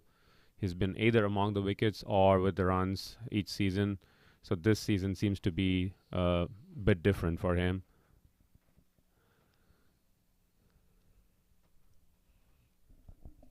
It brings back Darshan on strike. How much of this now depends on Shivshani? He's been there now for 17 deliveries. He has 14 runs to his name with one boundary. But you feel that in the time remaining, oh my goodness, let's flip down the leg side. They'll get one. Let's watch umpire Herman Geddes. In fact, it's a wide. wide. So 2 runs, thankfully, for the purpose of a higher score for the Raiders. 2 runs to the total, and still another legal delivery. Make that 2 legal deliveries still to be bowled. Forcing it into the leg side. Do they want 2? There's more than. Is there a chance of run out? No. I think they push for run the first one hard. I think they get 2 there easily. And I don't know that you want to be suicidal. You certainly don't want to see what happened this morning with 7 run-outs. But, my goodness, you have to run that first one hard. Here they maybe do a slightly less urgent job, but that time with the fielder having the ball come directly to him, that second run I don't think was ever going to be a realistic option. That's the end of the 18th. 8 runs coming from it. And once again, we talk about deceleration. The last 5 overs have now gone for 25 runs. So scoring at the rate of 5 and over after much of the match, they were in the 9.5 to 10 over range, or runs per over range. And leg spin has generally changed the course of this innings. This will be Sachin Silva Kumar coming back to bowl what I believe is his last over. Nope, Yeah. make that. He has 1 more remaining after this. Yeah, and Then Aryan again. Satish, the skipper, himself has 1 more over left. Practically, it's his last over because this is the 19th. So he's not Yeah. going to be able to bowl more than that one. But really good effort by this bowling pair towards the back end of the innings to truly pull things back. The Skywalkers have done a really good job in making sure that the brakes have been applied to the Raiders. And this is in the air, catchable. Is he going And to take it? Oh, it just draw. out of the reach of that fielder running back from fine leg. He was in the circle. The ball was in the air for a very long time, but he was not able to get there in time to put that away. And swept away in the deep. Here you see on the replay, just landing out of his reach, maybe another yard or so, and he might have been able to get there. Swept more confidently this time along the ground. Work to do in the deep for square leg. And a good strong throw. Wow, what a great throw, but a good diving attempt by Shiv Shani. And so consecutive deliveries yield consecutive doubles. And you need as many of these the rest of the way as you can if you're the Katy Raiders. 2 leggies operating in tandem from both sides reminds me of the famous pair of Kulcha of India, Kuldeep Yadav and Yuzvendra Chahal. Culture. So they're famously called Kulcha. That was driven beautifully through the covers by Shiv Sani, fielder out there, ensuring that it's just a single, nothing more. And 150 comes up for the Katy Raiders in the 19th over of this innings. Darshan on strike. Trying to go the aerial route to convert the single into double. Yeah, they're going for the double. Are they going to make it? No. I think they could not make it. The bowler could not collect the ball in time to take off the bails. And that helps Shiv Sani reach back safely and get those 2 valuable runs to add it to the Bails were scorecard. disturbed, but unfortunately for the Skywalkers, they were disturbed without The ball in Sachin hand. Selvakumar having the ball in his hand. So there, didn't collect it. And this is in the air, going down, sort of wide of extra cover. They There's come gonna back be for another 2. 2 Now runs. they're coming to look, running on everything. It looks like this is the urgency that they probably should have had a long time ago. 10 runs coming from this over, the most productive in a really long time, and that puts them in range of getting that 160 mark that we've spoken about a number of times already. So is your total predictor saying 160? It's been saying 160 for a while. Okay. Yeah. from the toss. For a loss of 4 wickets, And or I did not have I don't have that technology to predict the number of wickets. I can only predict the number of runs. yeah, my gut feel says there's going to be probably 6 more runs added, or rather 7 more runs added to the total, maybe 1 wicket down. One more wicket. So you're expecting in the next 6 balls to have 1 wicket and 7 more runs. Just a gut feel. I don't have any technology.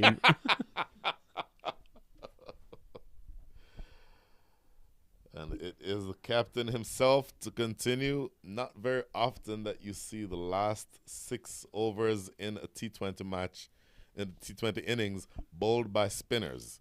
But that's exactly what you're seeing here, and the spin is working. So I certainly don't doubt that this is what you'd want. This is in the air, looking for a catch on the boundary, and it's taken. This time it's not Rishi Ramesh. It is his partner toward deep mid-wicket who comes across maybe some 10 yards to his right and takes a good running catch. So yet another wicket goes down, and once again the person in the commentary area who's supposed to be objective is celebrating even though he thinks I'm not looking at him. Bingo, Brian. Bingo. You did call for that 1 wicket, didn't you? I did, and I did happen. It's pure guesswork where when you are playing the last over of the innings where you want to go all guns to score as much as possible, you definitely will take the aerial route or step outside, giving yourself a stumping chance, right? So one of these two is bound to happen. Wow. You should try your luck in Las Vegas. Yep. Predicting that one number. Wow. So the new batter Who's the new batter on the in? departure of Shiv Shani. Jersey number 9 walking into the crease. So the problem with looking at jersey numbers from what I've seen is that there are multiple players who have the same number. But if I'm not mistaken, that's Aryan Javeri. Aryan Zaveri. I'm not sure if he's probably coming into bat for the first time in this tournament, or had he played. Yeah, I think he did. He did get to bat, come in the middle. Yeah. He's a handy, useful batter out in the middle, getting on strike, facing Aryan Satish.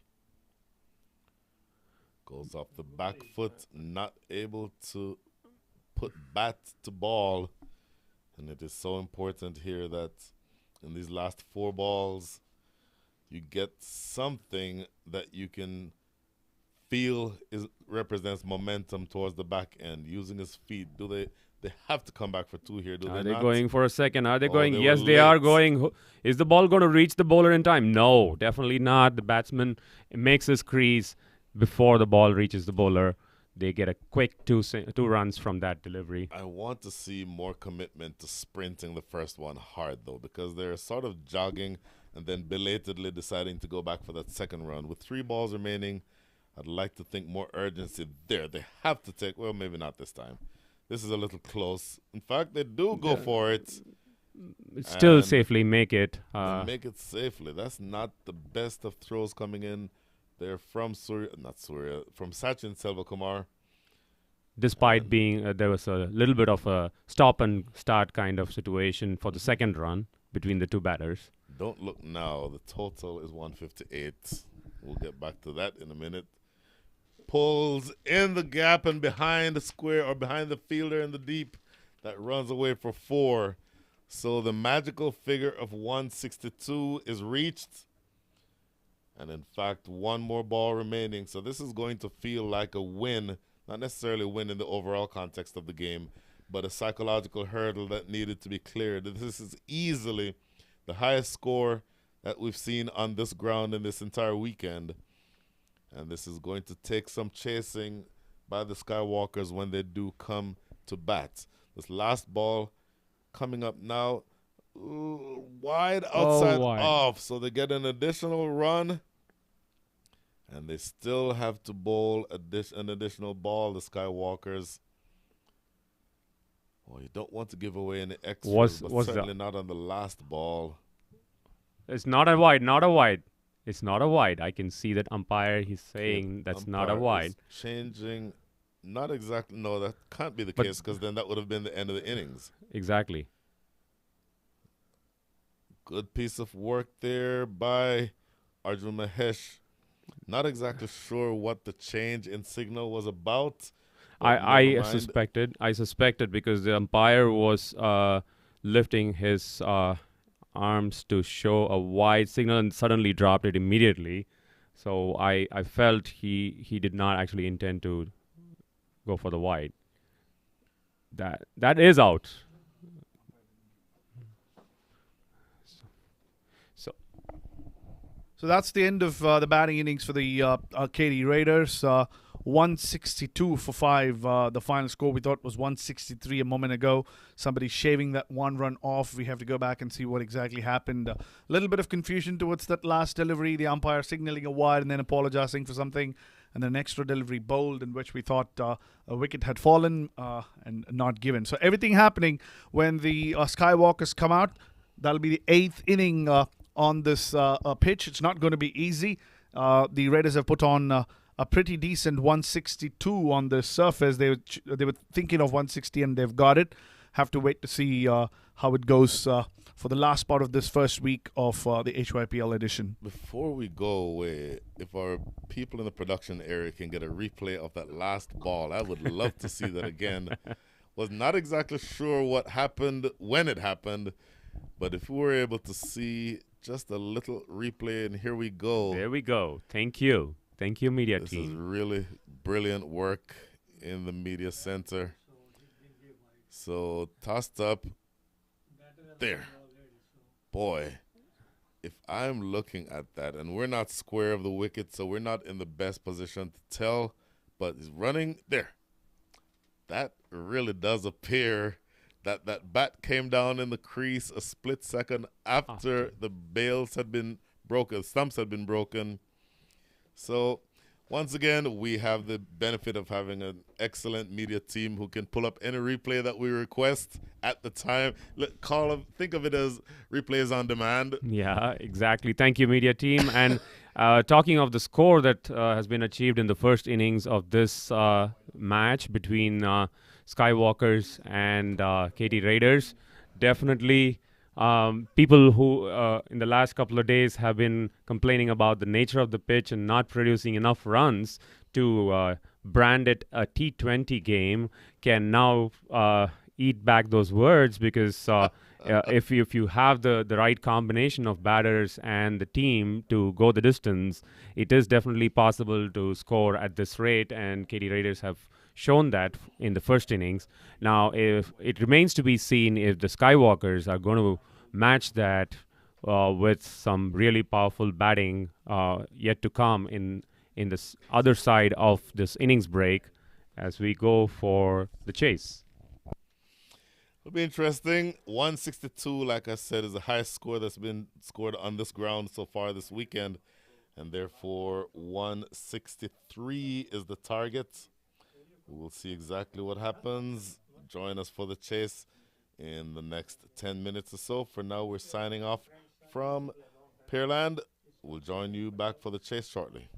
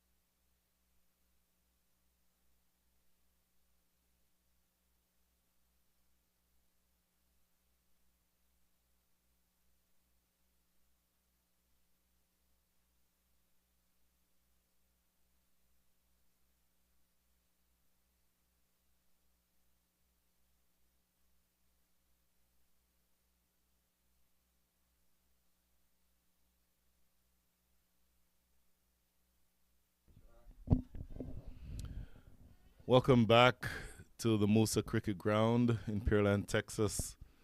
We're in for the second innings of the second match of the day. The Katy Raiders, having batted first, been asked to bat by the Texas Skywalkers, put up an imposing 162, but it is a 162 that for a while looked like it was going to be closer to 182. So the Katy Raiders, while they'll be happy with having scored the highest score in the entire innings, in the entire tournament so far, at least on this ground, they will have wanted, I think, to capitalize on the start that they had. So in many ways, they might be slightly disheartened by the fact that they were not able to carry on and push on toward a much higher total. But in the meantime, the runs are on the board. And the opening batters for the Skywalkers, Arjun Mahesh and Rahul Basu, are going to be asked to attempt to overhaul this total.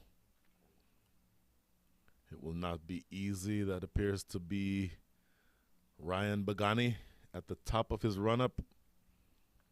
Right arm quick. And he will be bowling to Arjun Mahesh. The small matter of 8.15 runs and over needed for the Skywalkers to claim victory in this, the final match of the day. Welcome back, viewers, for the chase of the Turmeric 2023 Houston Youth Premier League Spring Super Edition Season 5.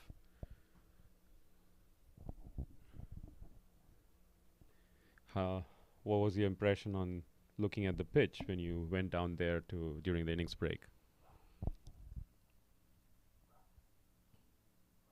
First delivery just defended to backward point. They run for a quick single. And they'll get more. This may go for 4 overthrows. And it does go for 4 overthrows. So 5 runs from the Very first delivery. Wow, don't see that happen very often. It happens on this occasion on the very first ball. So my opinion on the pitch, very frankly, it's breaking up a lot. For the most part, excuse me, the areas that are breaking up are outside of where it will be landing on a normally pitched delivery.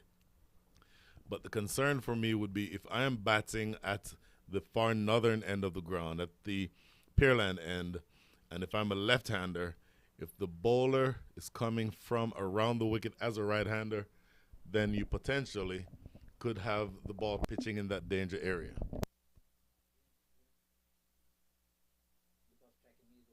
Yeah. Sure, no problem. But those tracking was really good. Ball tracking that you tried, you attempted, it was good. Thank you. Yeah. So just something to sort of keep an eye on. I think the way that wicket is breaking up as we go deeper into this innings with the right-handers following through from over the wickets, I think that will continue to be an issue, and it may continue to be exacerbated as you get through the remainder of this innings. But as you rightly pointed out, the pitch is still holding up pretty well in the areas where the ball is supposed to be pitching, except the ones that are outside of the wide line. So as long as the ball doesn't pitch outside the wide line and get in back to the bowler, back to the batter. Well, if you had somebody like the late, great Shane Warne. Exactly. If I'm a left-hander and I see Shane Warne about to bowl from around the wicket to me and I'm batting at the Pearland end, I'm absolutely worrying sick because that could potentially cause problems. This is well played. What a great diving stop. That is brilliant, brilliant work. That fielder is Shiv Shani, and he absolutely saved 4 runs there. Had that gotten by, it would have raced away to the boundary. I don't think there's any way that this fielder down at third man would have been able to stop that. That was his playing hand, being his dominant hand, left hand. He was able to dive quickly towards his left and then stop the single. Umpire going signaling a little bit wide. too far outside, off for the liking of umpire Herman Geddes. There's So still when you are facing a stiff chase of above 8 runs and over, you want to take advantage of any scoring opportunities that you can get. But that's where it becomes that much more important for the fielders to back up their bowlers with good fielding. And this is an outside edge. Oh, could have been caught. Yes, no on the second run. And yeah, no signal from umpire Geddes, so that absolutely came off the edge. Ryan Bagani with both hands on his hips. it was interesting because Arjun was not too sure whether there was a second run there, but he saw his partner Rahul Basu giving him that confidence by running in halfway down the pitch, so that Arjun is not anymore in the danger end. So that gave him a little bit of breathing space to run back towards the non-striker end. So at the end of first over, Skywalkers starting pretty well, courtesy that overthrow that went for the boundary. They are 8 for no loss.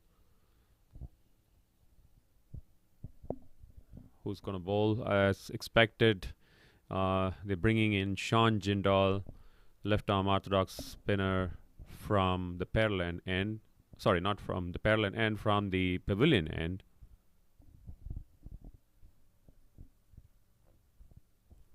And another interesting point to mention here, Sean Jindal apparently is right now the leading wicket taker in this tournament.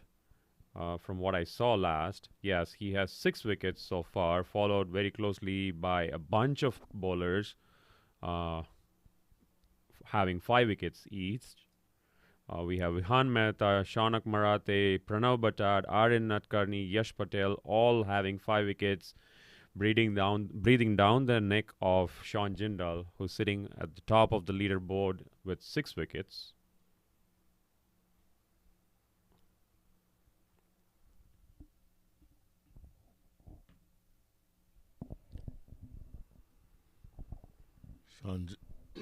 Sean Jindal, the left-arm orthodox spinner. So, in theory, would be turning the ball in the same direction as the leg spinners who bowled with such accuracy and success in the back end of the first innings. So far, starting off with 3 dot balls. So he's continuing in the same form that has had him be the leading wicket taker in the tournament so far. Arjun trying to create some room for himself and find the gap that he is looking for. He's looking at the field changes that are being made, especially from a fielder being moved from the mid-on to long on and once again brought back to mid-on.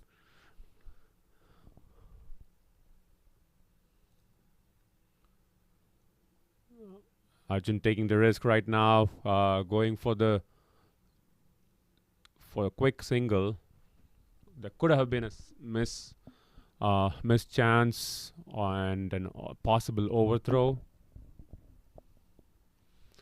2 fielders outside due to power play restriction, one in the long off region and the other one in the sweeper covers.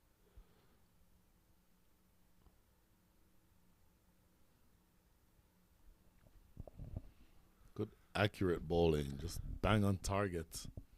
Just 1 ball remaining here.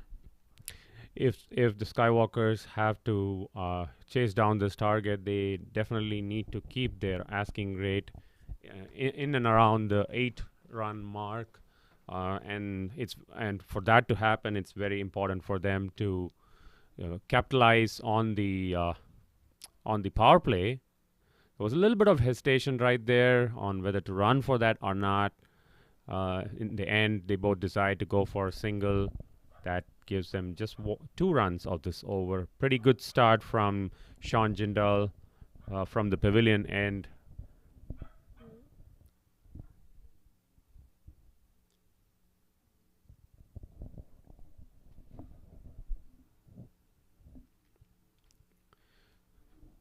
For listeners that are watching this live on Facebook and YouTube, Just keep in mind. Oh wow, we have a wonderful visitor here in the ground. Someone who got a word about this tournament happening out here, came running, and I want to join the team as the 12th man. Can we get the camera to focus on that? Beautiful. Oh, there you go. You're on screen, buddy. Yeah. Was an interesting ploy. From 40 yards away.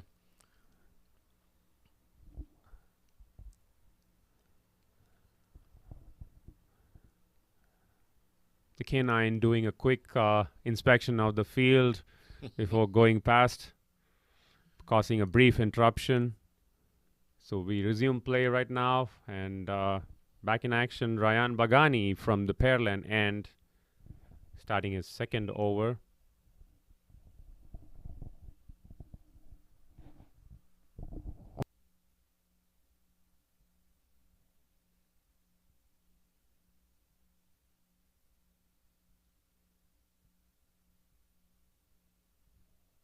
Down the leg side.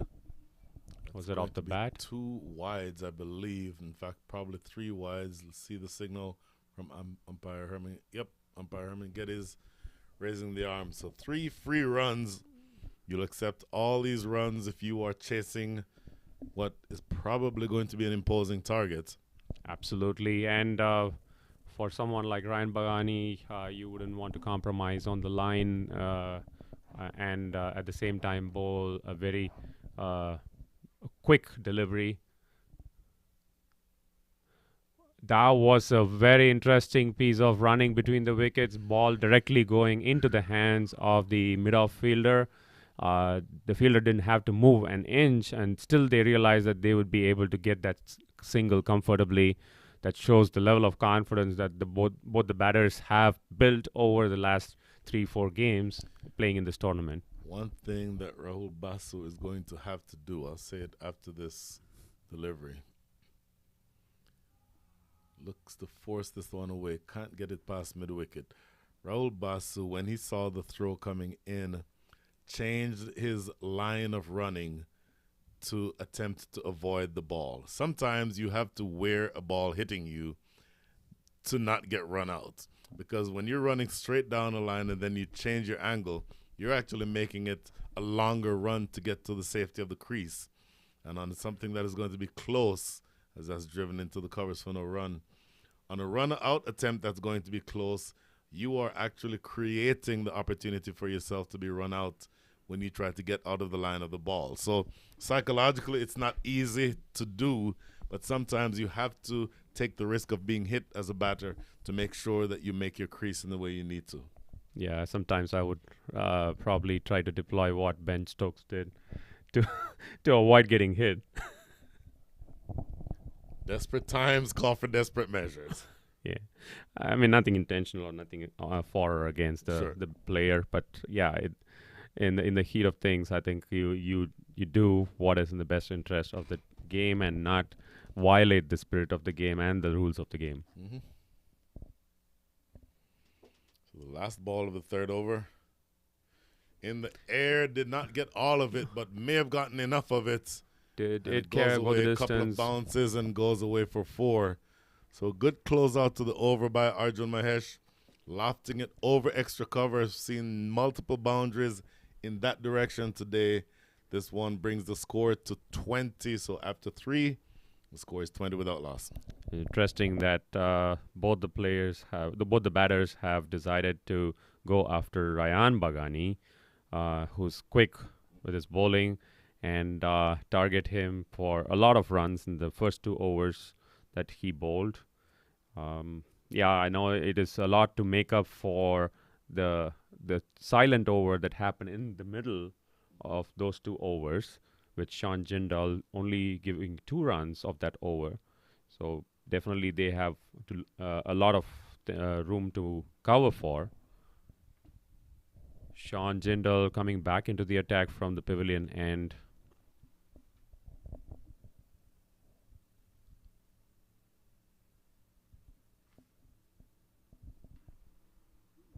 Arjun trying to go a little bit across to the off and then pull the ball towards mid-on region, but he finds a fielder there. No runs from that delivery.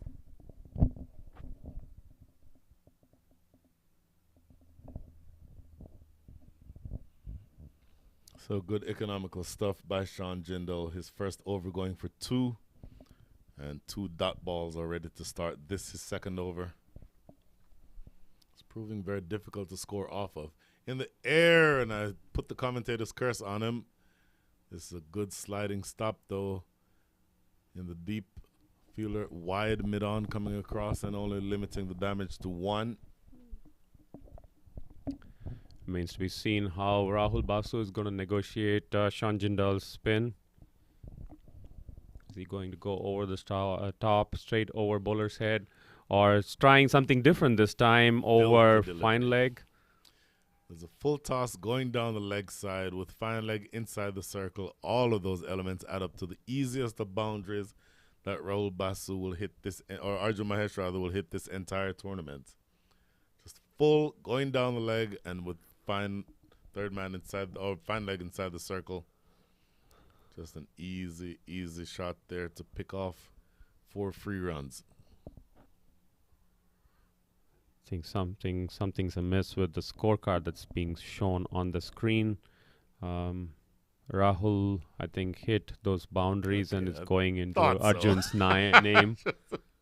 I thought so, but here we go again.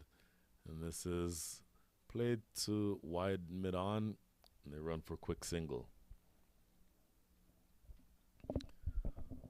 So we'll work on fixing what appears to be a slight error in the scorecard, but big picture with 1 ball remaining here in the 4th. Scores 25 without loss. Looking to whip this away. Cannot get it past fine leg. And so just a dot ball to end things here. Just 6 runs coming from the over, including that boundary. At the end of 4, the score is 26 without loss.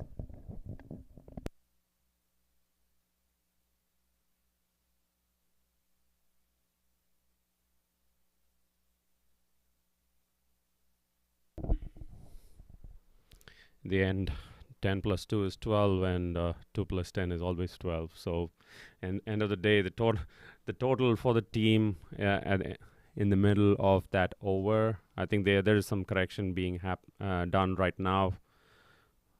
You can see they are going back and fixing the scorecard.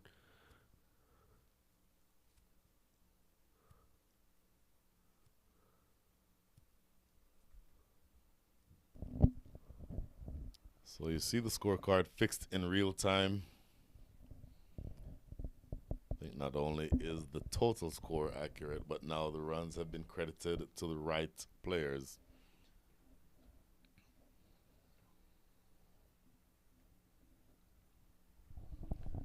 This is now going to be Shiv Shani. Left arm over the wicket, bowling to Rahul Basu.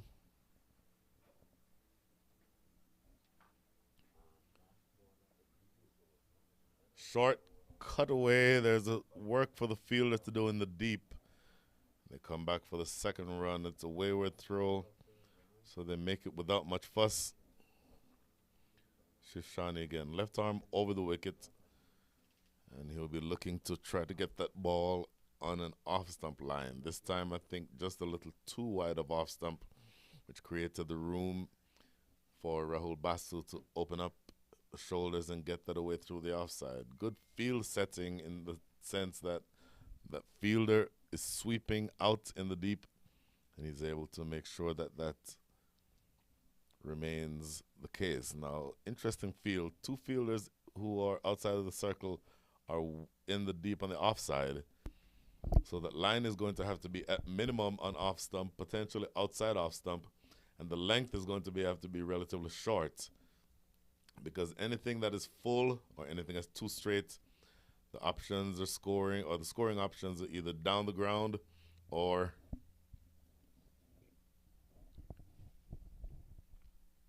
on the leg side. And as I see that, there's 2 fielders in the deep, both one at cover and one at deep third man. And this is stroked back to the bowler for no run. Looks like Definitely bowling to a very specific plan, it looks like. the scorecard has been fixed, and they have brought in a good move by using a left arm seamer in Shiv Sani to bowl to Rahul Basu. Now, what I'm failing to understand is why was he brought in from this end rather than the other end, which would have helped him Oh, lovely shot. play. That is running away down wide of mid-on, and I think that will get to the boundary, and it does get there for 4. So I mentioned with mid-on, well, in fact, with the 2 fielders allowed outside in the deep on the offside, you cannot be too straight and you cannot be too full. And so that last delivery was both too straight and too full. And it was drilled wide of mid-on for a pretty simple 4. If you're going to bowl that line with that field, don't be surprised if you go for runs.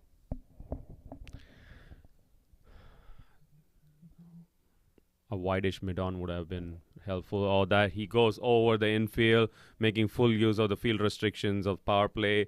Did it go all the way to the boundary ropes, or was it stopped at the boundary? No. The fielder making a valiant attempt to stop the ball, but the ball beats the fielder, touches the boundary rope, gives 4 valuable runs to Skywalkers. So things maybe not quite working out the way that you wanted them to when you brought the left arm seamer on. And I think you're going to have to make an adjustment. At minimum, I think if you're going to have 2 fielders in the deep, one of them needs to, on the offside, one needs to be at deep extra cover. And this is straight and delivered toward mid-wicket for no run. So a relatively expensive over 10 runs coming from it. At the end of the 5th over, still 1 over of power play remaining, and the score is 36 without loss. If you look at the bar chart, it's been going up and down every other over for the Skywalkers, especially with Sean Jindal bowling the 2nd and 4th over.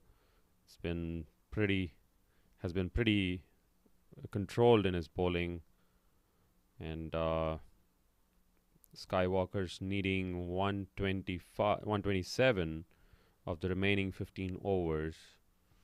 Rahul Basu doing the damage so far, scoring quite a few boundaries. Sean Jindal coming in for the 3rd over now. A very, very accurate line that any batter would get tempted to either play for it or fish it. I think Arjun at the last moment decided to leave the ball untouched.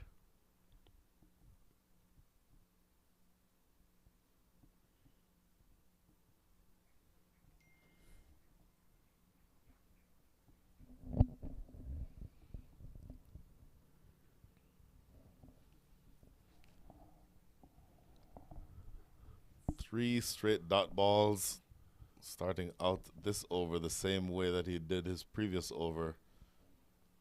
Sean Jindal.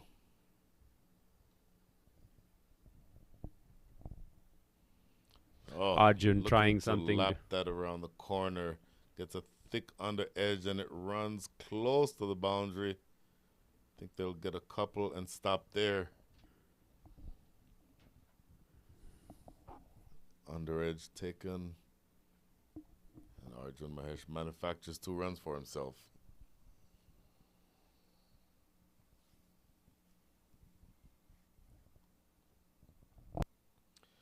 Very full. Boy, that could have gone anywhere, including onto the stumps. That was a Yorker length delivery. That might have hit him on the boot. But just 1 ball remaining here in the 6th. In the air. Arjun finally Don't getting think the anyone will get elevation. there. Is Long run. Oh, he ends that up was kicking it close to the suicidal. boundary. For me, that is a 4. I think his foot is Yeah, on the rope. looked like the ball, the fielder's leg hit the boundary rope as he was collecting the ball. Umpire is not going to be able to make that call from here, so he will have to take the fielder's word for it. But from here, that clearly looked like his foot is on the rope, and we may have just scored 2 fewer runs than should have been scored in that over. But that is the end of the power play. 6 overs up. The score is 41 without loss. Yep. Going pretty consistent. Skywalkers at 6.83 run rate. Still have a lot to catch up. Their asking rate is at 8.7. Needing 122 from the remaining 14 overs. Sean finishing his over. A very good spell so far. 3 overs, none for 13. Has been proving very valuable in terms of stemming the flow of runs for the Katy Raiders. The quick news from the other ground is that TCC Kings won the game by 9 wickets, losing just 1 wicket of Matthew Tromp, bowled of Aaron Nadkarni, caught by Rit Hinge, and then Nithilan Karthik and Utkarsh Srivastava finishing the job for them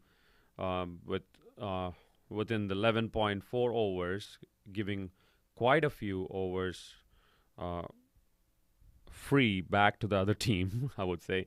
And that'll be interesting to see the points table now.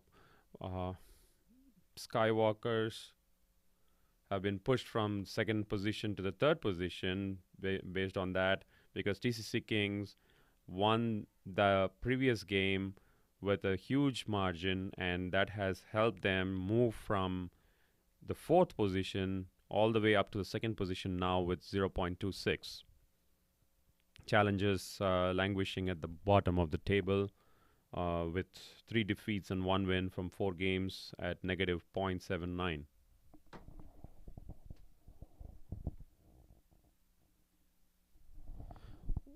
That's an interesting way to sneak a run right there. The batter initially was not trying to pick a run off that delivery, but seeing that the ball rolled away from the keeper, took the chance of running between the wickets and made their ground very safe.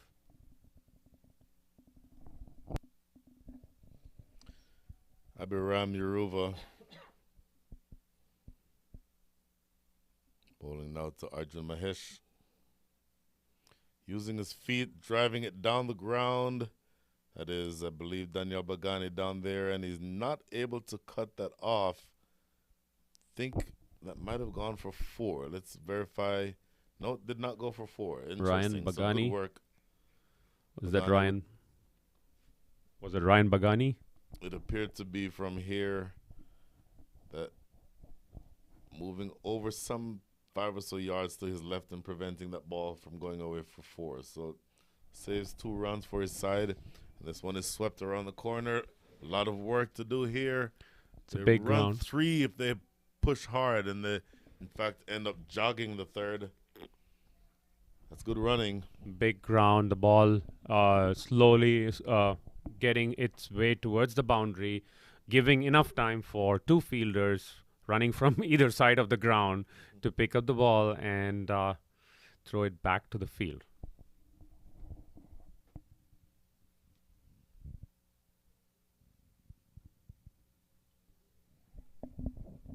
Working it around the corner again. They should get 2 more easily.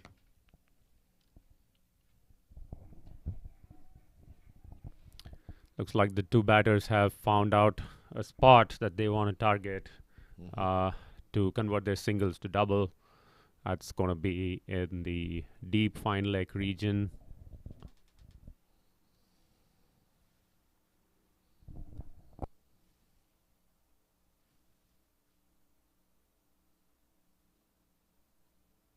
No run there. Just 1 ball remaining here in the 8th. Make that the 7th.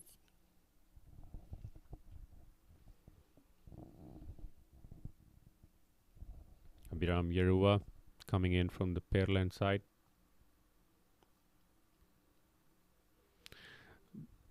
Rahul trying to go for the shot and then in the end deciding against it and just tapping it down for a dot. At the end of 7 overs, scorecard reads 51 for no loss. Skywalkers slowly inching up in their run rate. but still a lot of room to cover. Asking rate climbing to 8.62.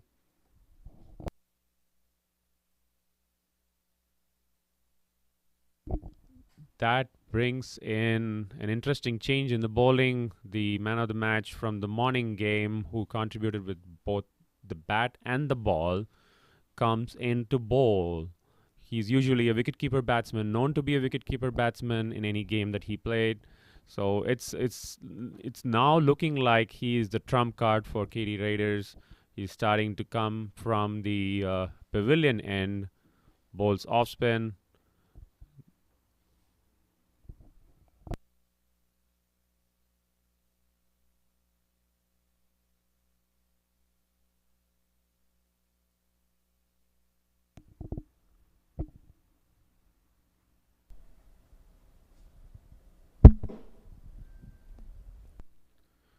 The first ball goes for a single there.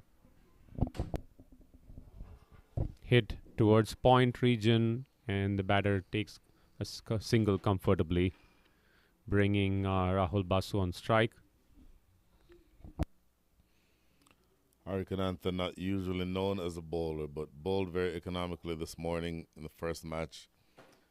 And his spell had a lot to do with restricting the opposition from getting to that target.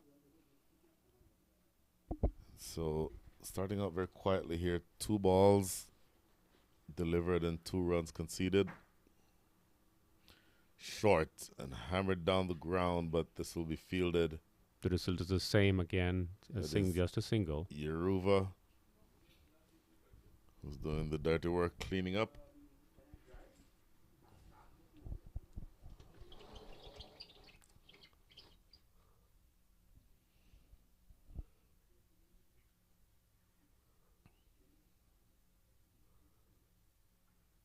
And that's an easy single once it evaded that fielder inside the circle. So far, 1 run of each delivery that has been bowled by Arikanantha.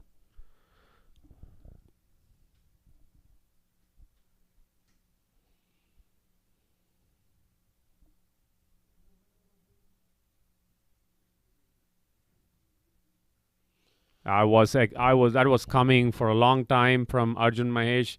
Was seeing him giving the trigger moment to move towards the offside, and he did that convincingly this time to create room for himself and playing that shot over deep fine leg for a couple of bounces towards the boundary line. 4 valuable runs for Skywalkers. You don't mind that shot being played with fine leg nowhere near the picture. There's a man at deep backward square leg, but absolutely no one behind him, behind square. And so I think you've seen them address that right now. There's now been a fielder put directly at short fine leg to dissuade that type of shot. That opens up the entire leg side, especially the mid-wicket region. The gap between deep mid-wicket and long on is what Arjun might be targeting or pushing the ball for singles.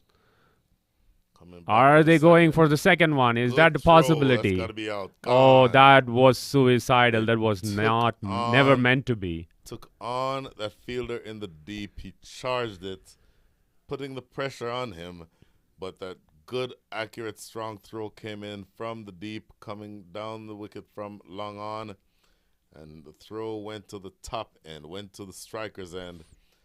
Good, strong throw, and the keeper whips the bails off in a flash and finds Arjun Mahesh short of his ground. So he's going to have to walk off.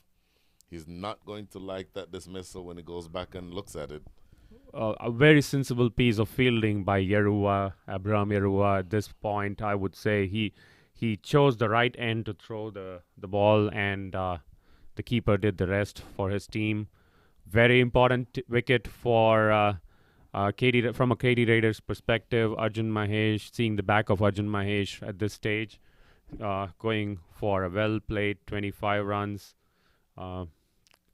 That brings in Rishi Ramesh in to join Rahul Basu in this chase. Rishi Ramesh, who is excellent in the field, but that's not the discipline that they've been looking for help from him for, or help from him with. The discipline that they need help with now is just quick scoring. It doesn't have to be reckless, he doesn't have to take chances, but they're going to have to ask him to score quickly. They've only gotten to 60 with one wicket down, which means that their required rate, which started out a little bit above 8.08, is now inching upward. It's now 8.58. And so you don't want that to sneak up much higher than that, because you don't want it to get to the stage where you're being asked essentially to score 2 runs off every ball. And right now they're just short of being asked to score 1.5 runs off every ball. So they're going to have to watch to make sure that that scorecard keeps ticking over and that rate does not get out of control, because that could happen very heavily or very easily. And that's when pressure starts being put on the batters in the middle. And those situations sort of tend to snowball on themselves. Very true. I mean, even though the Skywalkers are able to maintain their run rate in the 7.5 mark, that eventually will still lead the net run rate or the asking rate to climb up slowly into the 9 runs per over. So they definitely have to inch towards the 8 run per over mark, in order to be able to stay in contention and not put the pressure on the rest of the batters coming in. So bringing in Abhiram Yerua from the Pearland end, Basu undisturbed from the change of events that happened a few minutes ago with Arjun Mahesh going back to the pavilion, continues to score his runs at will.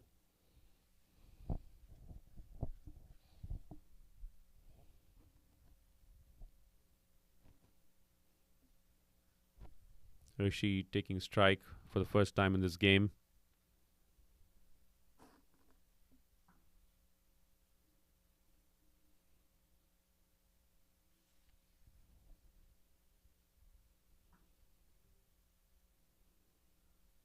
Nicely pushed towards long off region to open the account.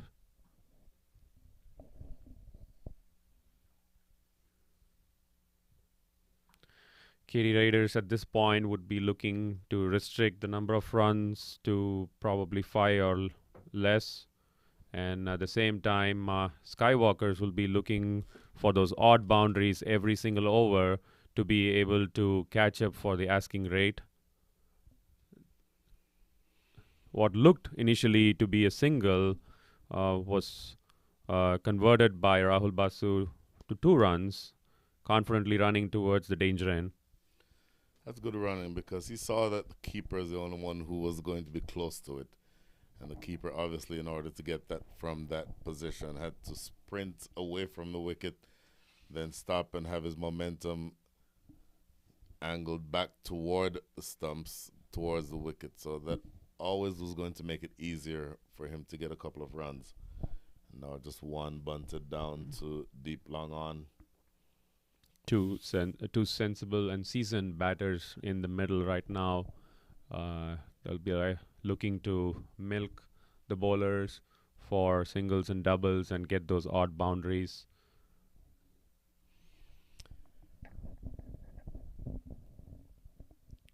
You're nowhere near desperation mode yet, but you're going to want to keep the scorecard ticking over. 65 for 1 with 1 ball remaining in the 9th.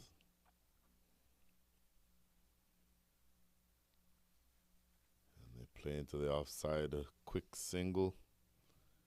And that is good work. So 6 runs coming from the over. They need to score at the rate of close to 9. So 6 runs from 1 over essentially means that the asking rate goes up.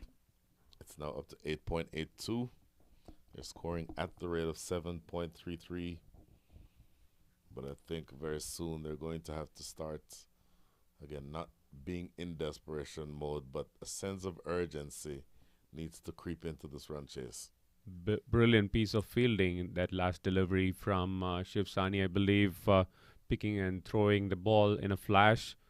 The keeper there, Saharsh Swetan, collecting the ball and whipping the bails in a flash, except that the batter had made his ground by then. That brings in a change in bowling by the Katy Raiders. Aryan Patel comes into bowl from the pavilion end.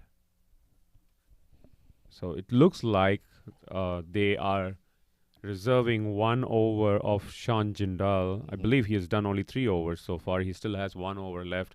They want to keep that 1 over later on in the second half of this innings, maybe to trouble somebody to keep the scoring rate low, put the pressure on. So it's an interesting move by the Katy Raiders.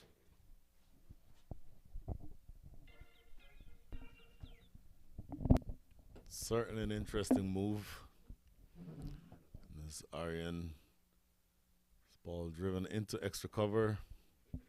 Cannot pierce that field. That is Ryan Bagani coming across from extra cover to clean up.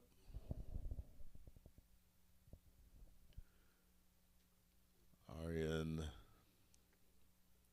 Yeruva. Javeri rather. And this is played just back down the ground, a dot. Aryan Javeri. 2 balls bowled so far in his spell, no run conceded. And he's going to need a lot more of those. So on the 3rd ball that he's bowled, he's conceded a single.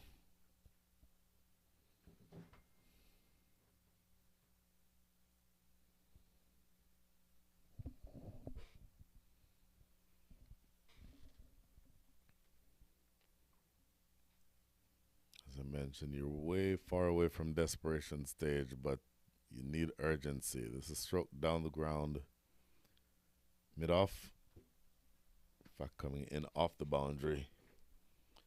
Once again, limiting the damage to just 1 run. So once again, if you're chasing a number, a target where the required rate is above 6, each single effectively hurts your cause. So the required rate continues to go up with each single that you get. So the last 2 singles, including this last most recent recently run one, have caused that required rate now to go up to 9.25. And you don't ever want to not score off of a delivery. So obviously, given the choice between a dot ball and a single, you'll take the single. But just know that with each single, the required rate goes upward. It's a good long run. I think a good call by the batters not to attempt a second run there. Good, very, very disciplined bowling by Aryan Patel there, conceding only 4 runs off his first over, giving the required pressure from the Katy Raiders on Skywalkers.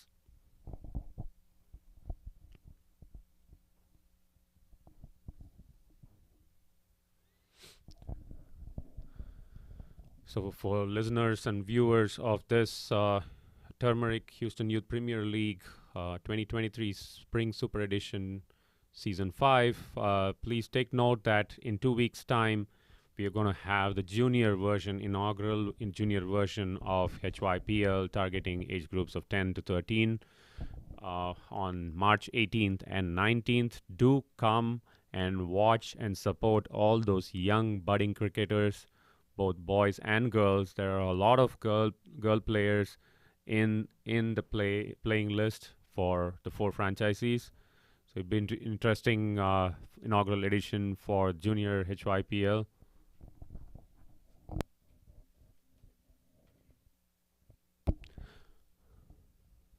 Nicely sliced by the batsman, a little away from the keeper. In the absence of a slip, it was clean cut by the batter and then helped himself with a single. Absolutely.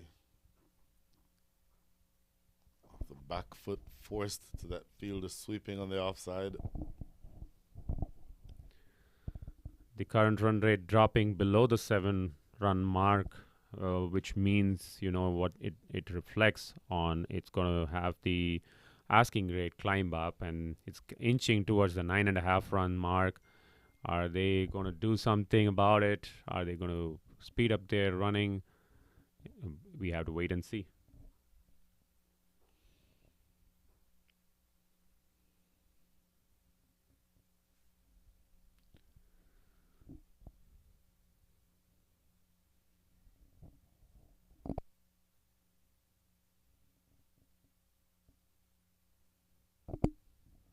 There's a little bit of field adjustments being done there from the coach of Katy Raiders.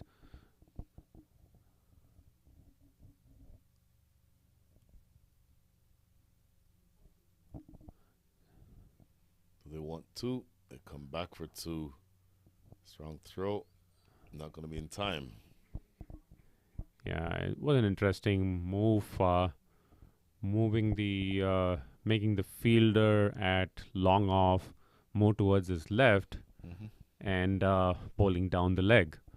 Was that created just as a distraction or a fake field change? It remains to be seen. Many teams do that.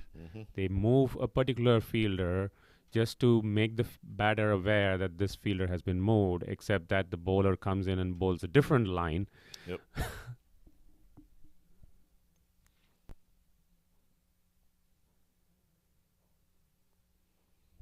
Looking to advance down the wicket that time.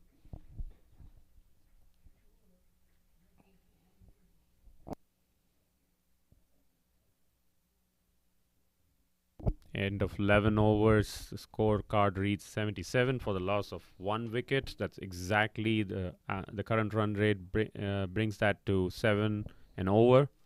And the asking rate for the first time climbs to over 9.5. A lot of work to be done by Skywalkers. So far, a very good disciplined bowling attack from the Katy Raiders after having put the required total on the board in the first innings.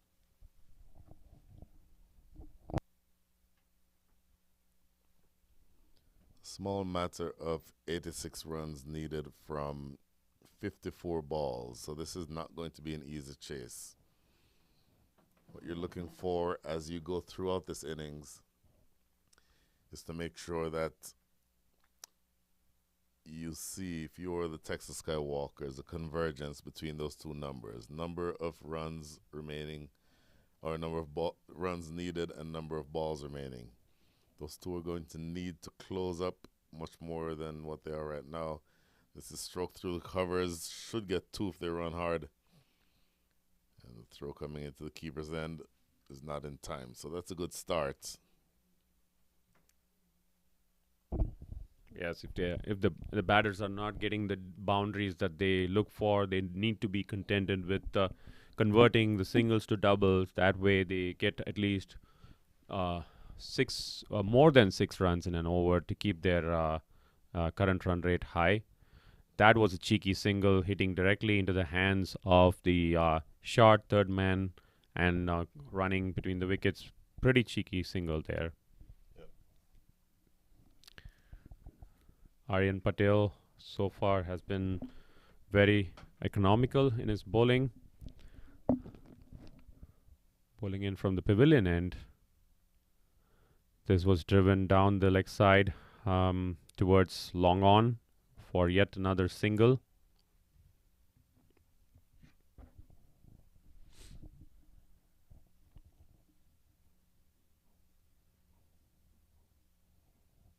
The asking rate climbing up slowly, but rather relatively faster than the current run rate.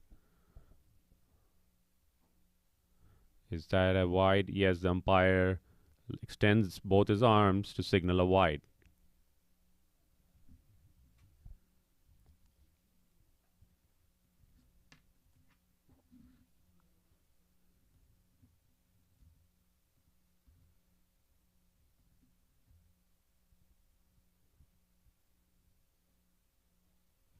was struck down the ground straight. Are they even going to attempt a second? There was a little bit of a yes and no between the batters, and then finally they decided against it.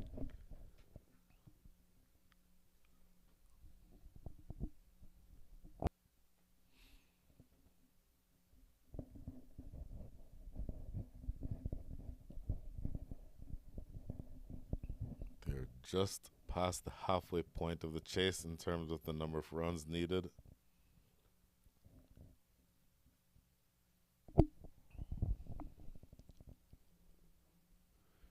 So Ryan Bagani bringing himself into the short extra cover region, or rather extra cover fielding position, and tumbling down to save that ball from going past him. Once again, this is going straight down the ground, and the fielder from the long on region coming in to stop a second run being taken there. A very good over once again from Aryan Patel. That leaves the scorecard reading 85 for the loss of 1 wicket. Skywalkers needing 78 from the remaining 8 overs. That converts to 9.75 that they need for every single over from here. Now, they need to be looking at upwards of 10 and over from here to be able to not have a bulk of runs to be chased towards the last couple of overs. And that the current scorecard means the Katy Raiders have been doing a phenomenal job so far in terms of making the necessary bowling changes that they need to from both ends to ensure even if they give 6 runs at max per bowler, they're not letting the asking rate come down. Arya Kanata brought into the attack once again for his second over.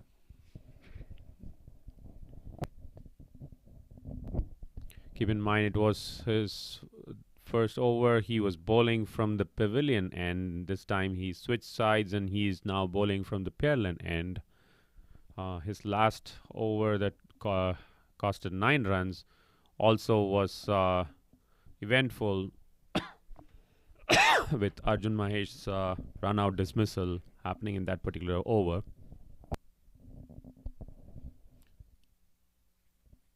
Arya Kananta said it earlier, not necessarily known as a very prominent bowler, but can bowl very accurately. And with that asking rate now up close to 10, this is forced off the back foot for at least a couple. And they'll get there very easily. 2 runs.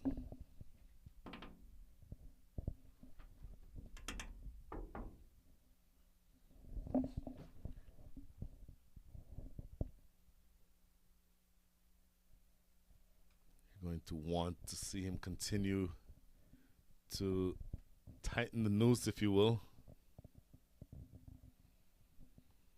Short of length, smashed down to long off.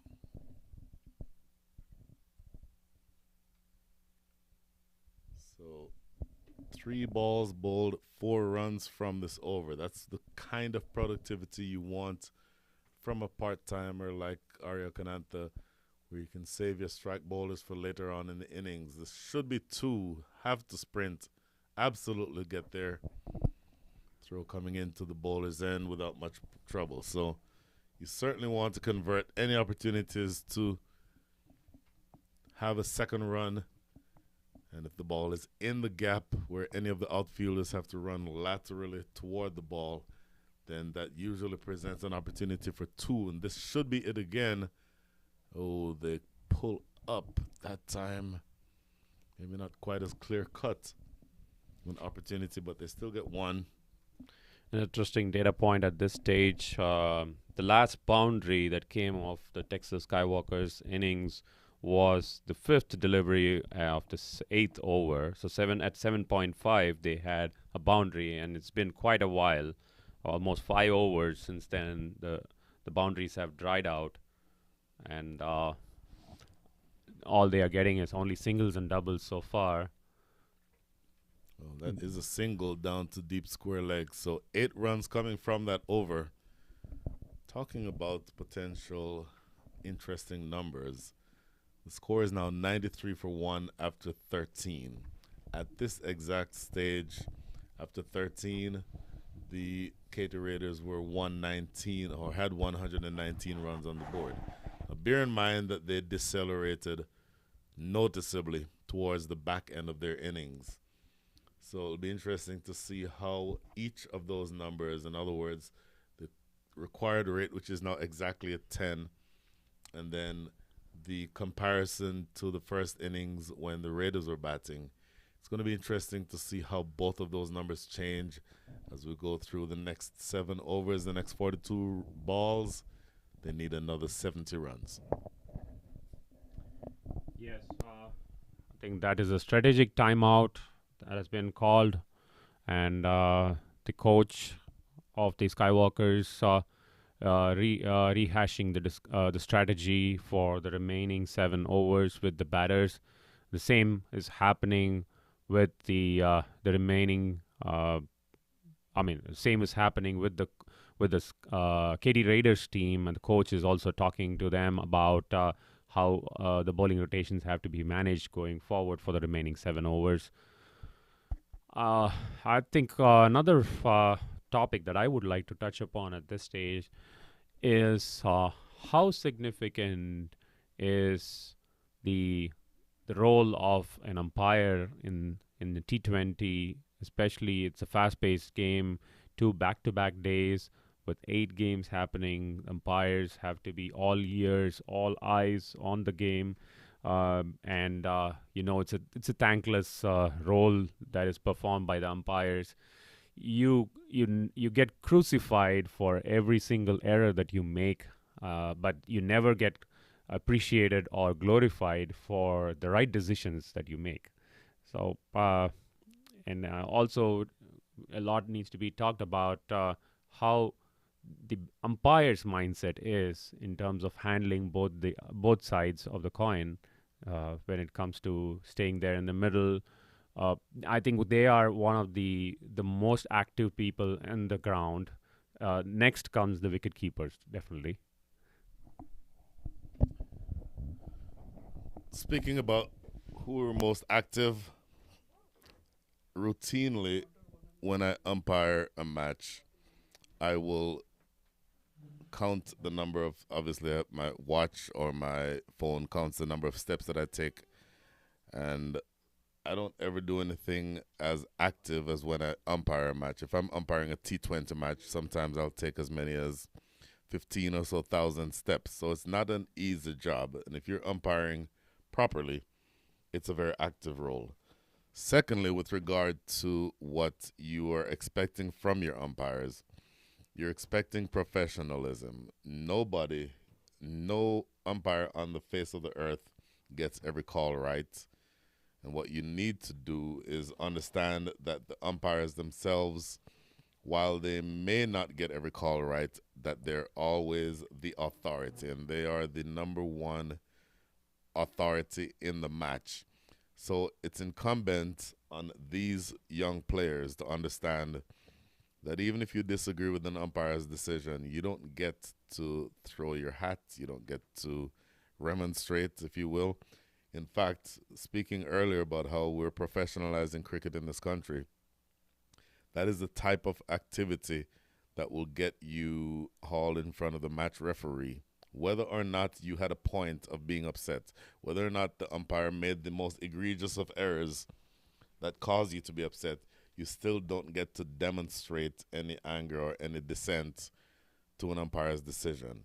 So an umpire has the ultimate role of being able to be the steward for the game. Part of being a steward for the game means making the right calls, but the rest of it means ensuring that everybody who is involved with the match comports themselves in a way that is suitable for the sport of cricket.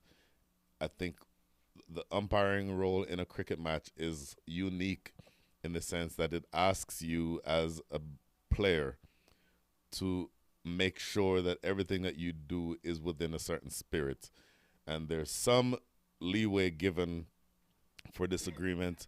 There's absolutely no leeway given for dissent. And you want to make sure that in all instances that you respect the game. And part of respecting the game means understanding that the umpire is the ultimate authority. And whatever he does or she does, that you live within the construct of the decisions that they make.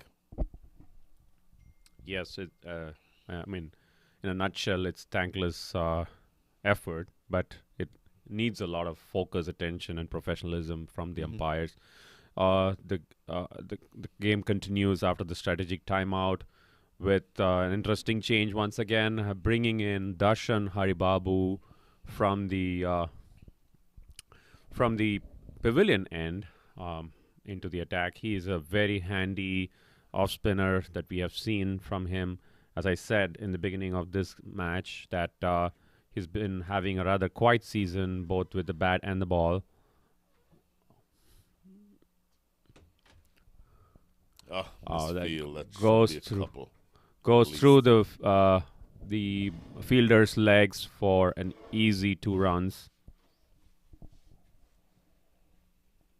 Well, the slow bowlers, as you see in the first innings, are the ones who are most effective and the ones who receive or achieve the most or highest degrees of success, both in terms of taking wickets and in terms of slowing down the run rate.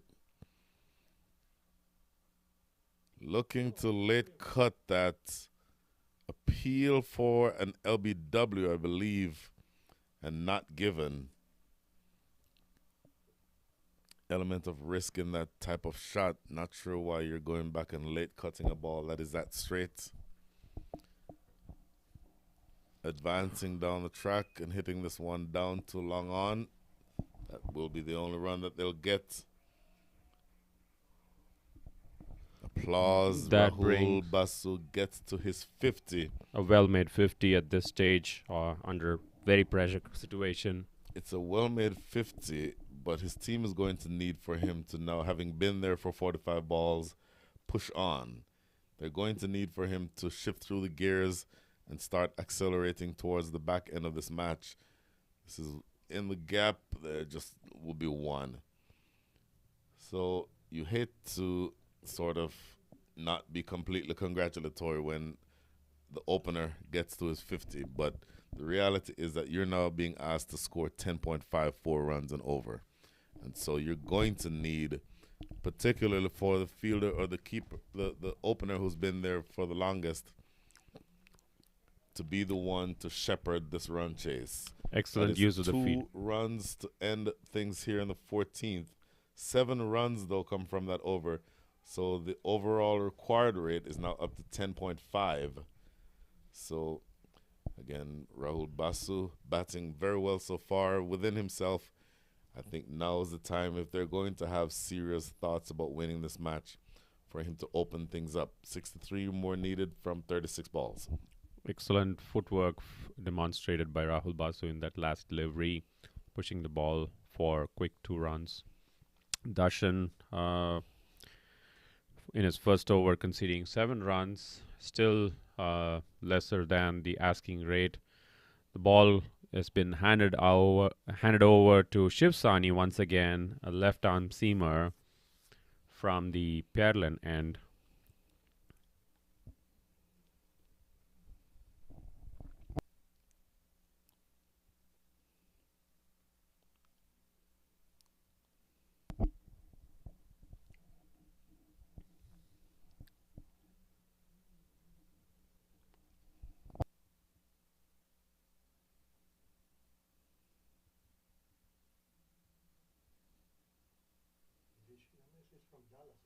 Mm-hmm.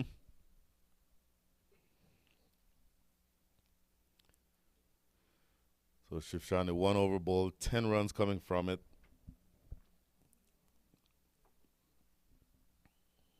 Potentially he would be bowling overs 15, 17, and 19. Let's see how well this over goes. Struck square. And all they'll get is just a single. So he'll be perfectly happy, Shivsani, giving up 6 singles. Because once again, if you're chasing a total that requires a rate of more than 6 runs and over, every single causes that rate to go up. So singles actually hurt your position. Dot balls absolutely hurt your position. So you're looking to score off every ball. That's going to be a wide. That does not hurt your position because those are free runs and you'll accept those free gifts anytime you can get them. By the way, we didn't acknowledge it, but the 100 is up. At this stage in the first innings, the score was 123. So you're about 21 runs behind the pace that was set in that first innings. Lofted in the air, catchable. Ryan Bagani coming in, and he drops it. Puts it. Oh, he takes it. Oh, what a catch. Okay, just a split second. I thought that he might have dropped that, but he maintained position and both fists pumping in the air to signify the fact.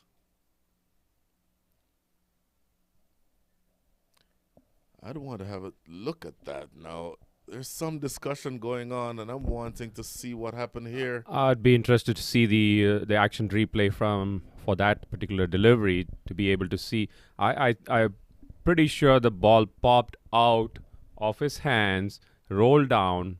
Wasn't sure if the ball was picked from the ground or was still staying in his hands when he rolled down. We are, I would say, comfortably 150 yards away from the action. I'm a 55-year-old guy who wears glasses, so it's hard to see exactly what would have happened. But for me, it looked like the ball may have popped out. In fact, it certainly popped out. The question to be asked is whether or not he secured it again. And I don't know that he did, but I also don't know that he didn't. So that's going to be something to pay attention to. In fact, we may not have the technology available to look at that replay. So we may just have to take the word of Ryan Bagani that he took that catch. But there's every question to be asked as to whether or not that catch was taken cleanly. We were a little far away from the action, like I said. So we may just have to suffice with assuming that that catch was taken. So big picture, it goes down as a wicket. And is that going to be a game changer for Katy Riders at this point? It's a crucial wicket for someone who just scored a 50 and looked very set for taking the team home. A big breakthrough here for Katy Raiders. Good bowling there by Shivsani. Ball hoisted up in the air. Ryan Bagani getting under it, collecting it, and then ball popping out of his hand and once again collecting it towards the end. And that's how the umpire ended up signaling out. Well, big wickets in the context of this game, a really big wicket. You've taken the wicket of somebody who was looking set to try and push on. Now the captain, Aryan Satish, is the new batter. And he works this off the back foot there, immediately run through for a single. So he's off the mark. Boy, this is going to be something that I think might represent a talking point going forward.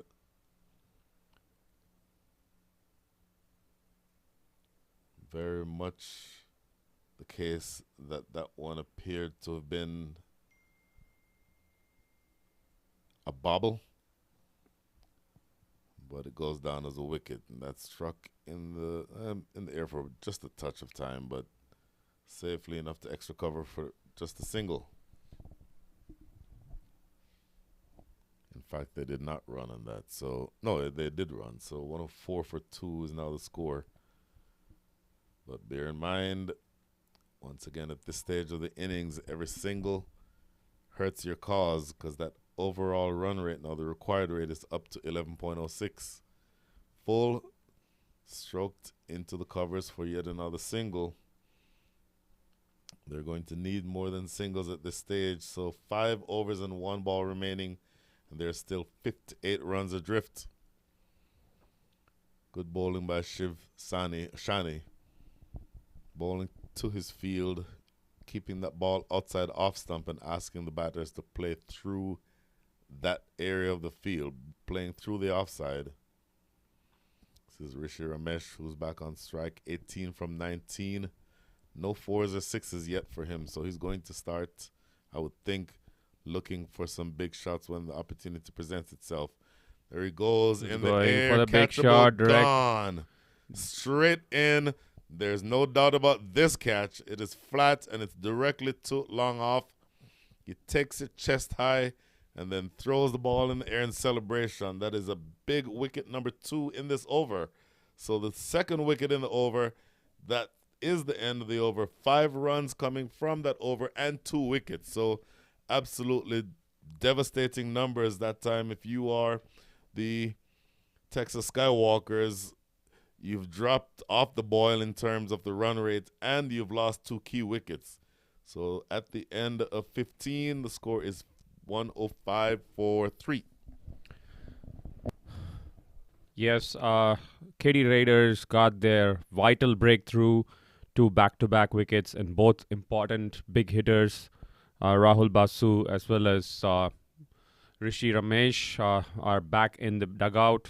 That brings the new batter in.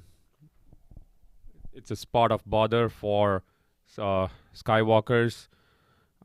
Can they recover from this? Do they have the firepower left in the team to go the distance between what happened in this last one over is going to be a defining moment for this Katy Raiders.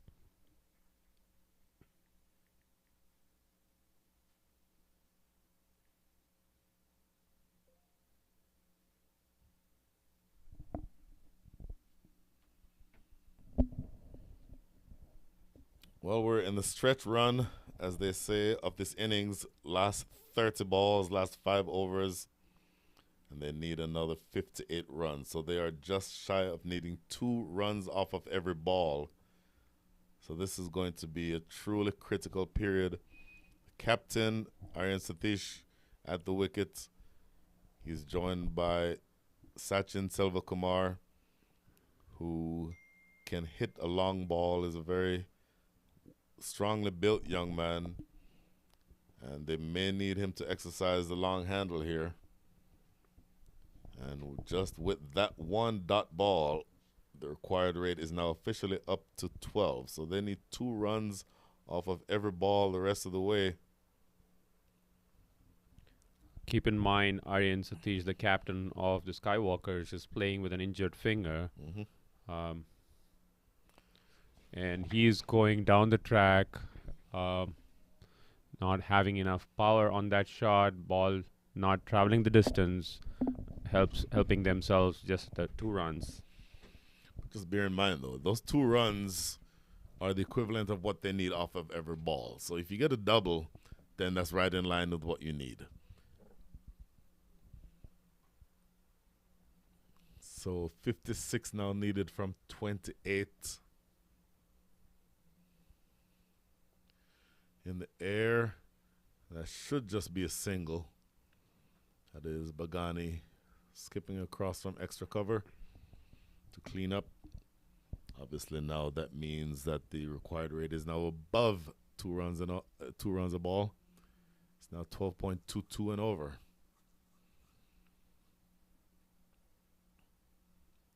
And Surya may be looking to go big here. Goes big outside off stump, but not able to make contact. I said Surya, I'm sorry. Surya is his brother. Surya is left arm pace bowler. Surya Selvakumar. Sachin is the leg spinning all-rounder. Throw coming into the non-striker's end, and that should be a leg by. There is a signal coming from umpire Pradeep Sakti. Ball was going way out. The throw was way outside of the line that they would expect.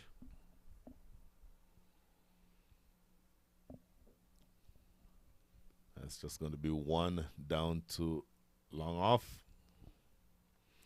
In the context of things, a brilliant, brilliant over bowled by Darshan Haribabu.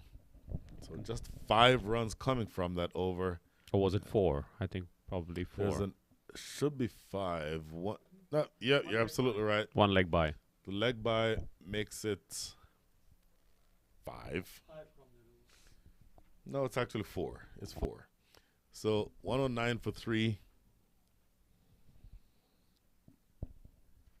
109 for 3, meaning that the required rate now up to 13.5. Another 54 runs needed from the last 24 balls. And I said earlier that it might not be desperation time, but unfortunately for the Skywalkers, this may in fact be desperation time because they're going to need really quick runs in a really short period of time. This again is going to be Shiv Shani. 2 overs so far and 2 big wickets for 15. Both of those wickets occurring in his last over. Outside off, a free run given. Accept those gifts gleefully if you are the Skywalkers because you need as many runs as you can at this stage. You need as much help as you can get to score these runs.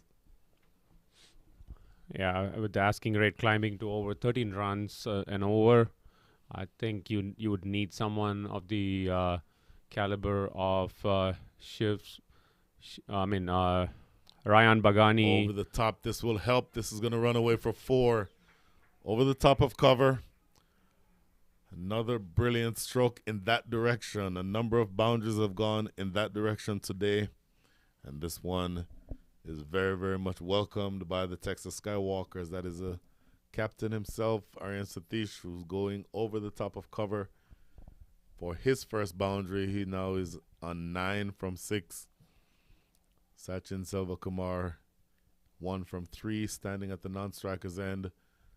Looks to go big, not able to control it really, but still gets a single out of the deal. And so now, with the last 4 balls in this, the 17th over, they need another 48 from 22.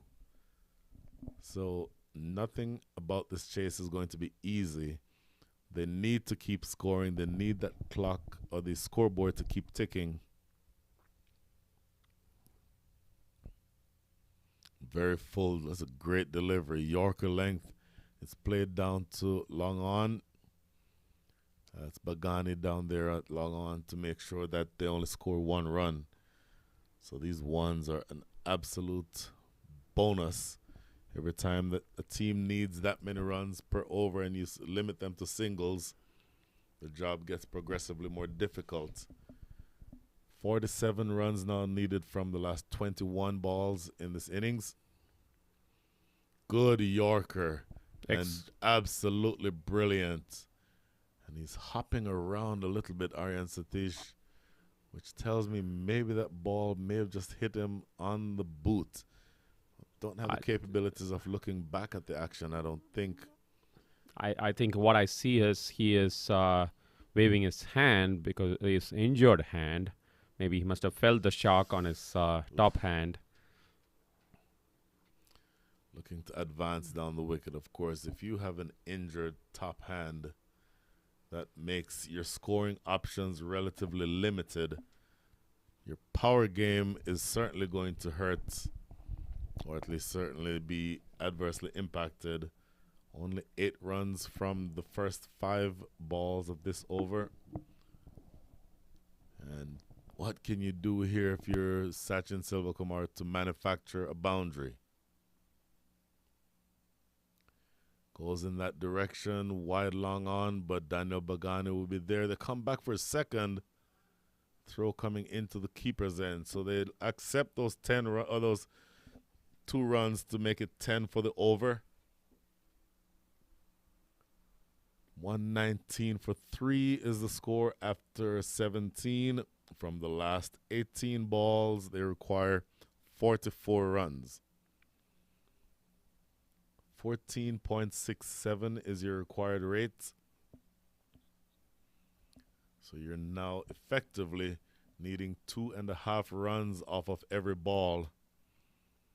This is going to be a truly steep chase, and it keeps getting more and more difficult with each single, with each over that goes for fewer runs than the required rate is. And essentially, you feel the noose tightening around the Texas Skywalkers.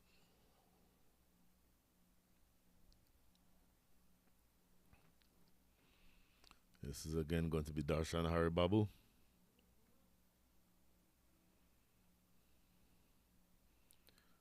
Haribabu, 2 overs so far, none for 11.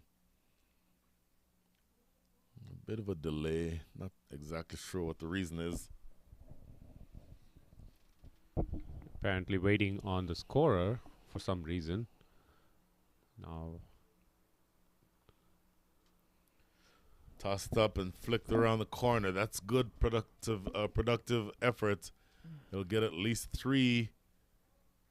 Good running. the ball really not going the distance, just stopping short of the boundary line.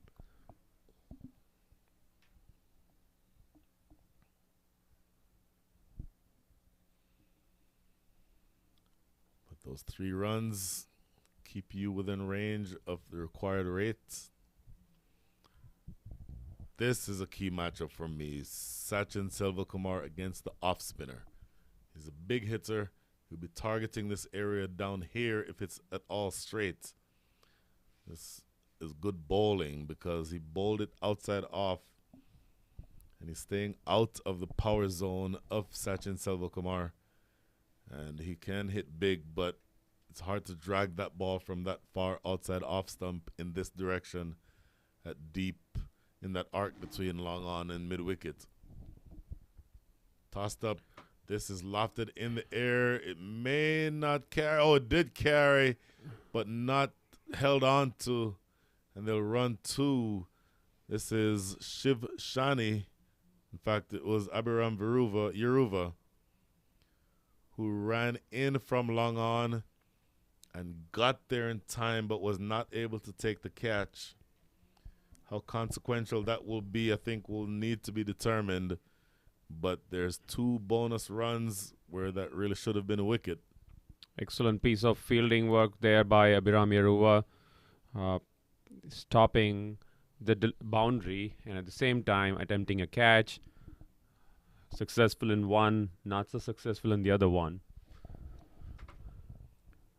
So now 126 for 3, 37 runs needed.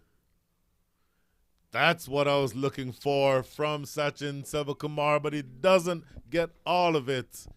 It is caught about a yard inside of the boundary, and with that catch, Aryakanantha taking it easily, you have to wonder whether or not the chances for victory for the Texas Skywalkers may have just disappeared with that wicket. Got a hold of it. I thought off the bat that he got enough of it, but clearly didn't get enough of it, only managing to find Aryakanantha right on the boundary. He was probably a yard in from the rope, and he pouched it very easily. And so that is another body blow that's landed. It's now 125 for 4 with 1 ball remaining here in the 18th. And now the 38 runs needed, but only 13 runs in which to get them. 13 balls, rather, with which to get them.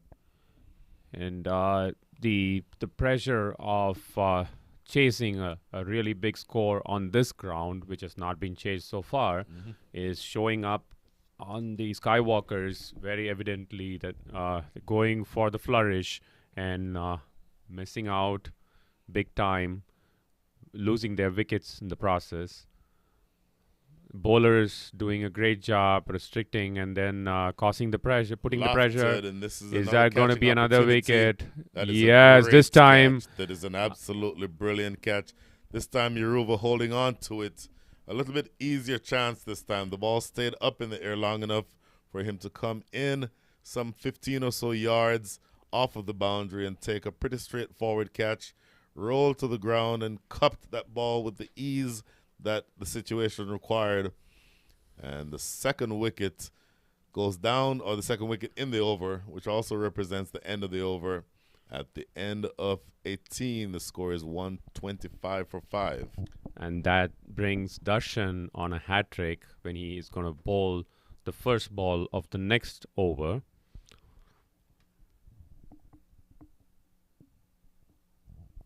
Have the team of Skywalkers back in the dugout at this stage, and the hopes of a miracle happening are really slim at this stage, if not anything.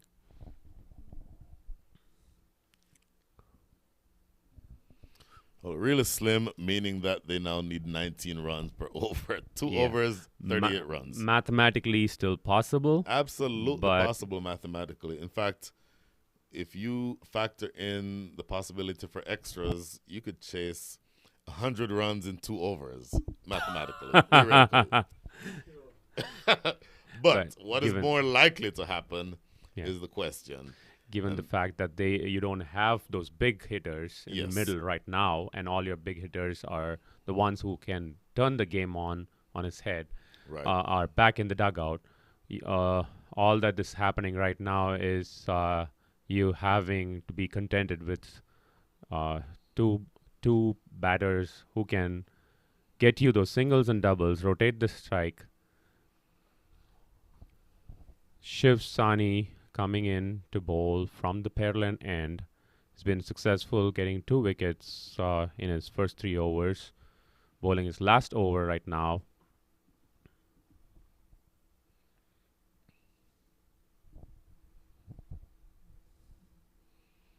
His last over, which is also the penultimate over of the innings and of the match. Did he take that? Oh, what a brilliant return catch. Oh, wow. Struck fiercely back at him, and he took it low to the ground in his follow-through. And yet another wicket goes down. That is the 3rd wicket in the last 4 deliveries, if you can believe it. Excellent reflex demonstrated there by Shiv Sani, getting in position very quickly to collect that catch, sending the batter back to the pavilion without disturbing the scorecard. Texas Skywalkers are now at 126 for the loss of 6 wickets.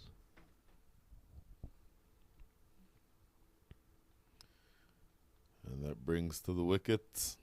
Fantastic reflex there by Shiv Sani there to both stopping the ball delivery from going past him and collecting it very convincingly.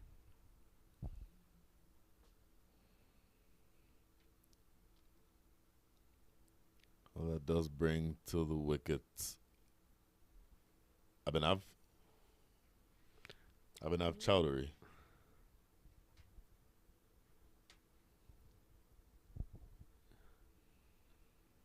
I think zooming out at this stage, not really giving a good... Wrapped on the pad. Umpire Herman is thinking about it, but keeping his hand at his side. In fact, he did not signal leg by. I'm wondering if he just neglected the signal, or maybe that came off an inside edge. Let's just, since he did not signal, chalk it up as runs. And now we're at the stage where we need a 4 off every ball the rest of the way. Appeal, not given, but if you take out the possibility for extras, then you now need nothing but 4s and 6s the rest of the way. 27 runs and over. Need 36 runs off of the last 8 balls. You probably need a Chris Gale or a Yuvraj Singh or our own local boy, Jaskaran Malhotra. This is true. To get those 36 runs in an over. Coming back for the second. Skywalkers knowing that it's going to be impossible at this stage to pull off a victory at this stage, trying everything that they can to get closer to the target, thereby getting some valuable points in their net run rate and not go down below because it's going to be very, very crucial when it comes to day 3 of this Houston Youth Premier League tournament. Well, the only thing that matters at this stage is this is flipped over the shoulder. It's going to run away close to the boundary. Won't get all the way there. It may get 3, coming back for the 3rd. But about the only mystique left in this match is whether with this next delivery, Darshan Haribabu will have the opportunity to get a hat trick. Outside of that, the drama is all out of this match. They need another 31 runs in this last over. Highly unlikely that they'll get it, but all eyes on this first delivery of this 20th over, as Darshan Haribabu is at the top of his mark with the ball in hand, and he will be looking to take what for him would, I would assume, be his first hat trick in this tournament, in the history of this tournament. You can stand to correct me if I'm wrong, but I'm surprised that they don't have a more attacking field set for him, because if you're looking, it's not every day that you have the opportunity to take a hat trick. Probably So they did let's not see. realize it. Reverse sweep, looking for an appeal. He's begging for it.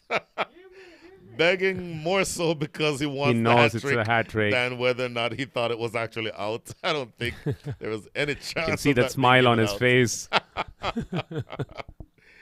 So the intrigue all out of this match, lofted down the ground. This should be a couple. Both on the fact, they're face just of the jogging. bowler as well as in the umpire. Yep. The way it was appealed. I don't blame him appealing for that. Not every day that you have the opportunity to take a hat trick. So I realized that the mic was off. So there was a big smile on the umpire as well as the bowler when that appeal was made. Mm-hmm.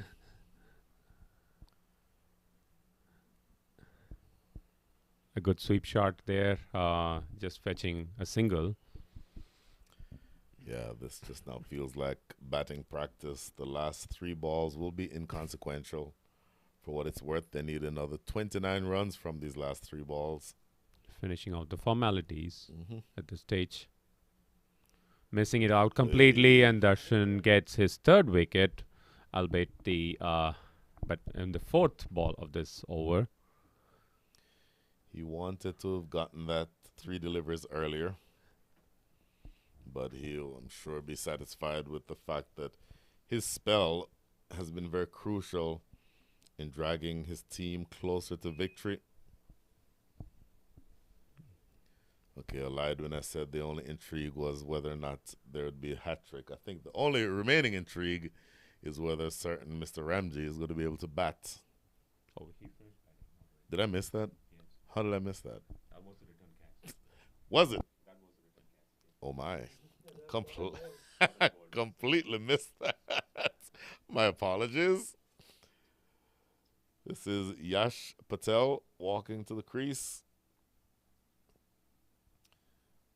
Maybe they'll stipulate, if you can reach Massey Ranch Road with a strike, you'll get 12 for it. And even then, it wouldn't be enough. Okay, reach Massey Ranch Road with 2 strikes.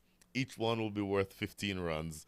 You win the match by 1 run. Or by, I guess it would be 3 wickets. But probably not going to happen. Tossed up, worked around the corner for an inconsequential single. So 1 ball remaining here in this match, in what will have been a very convincing victory by the Katy Raiders.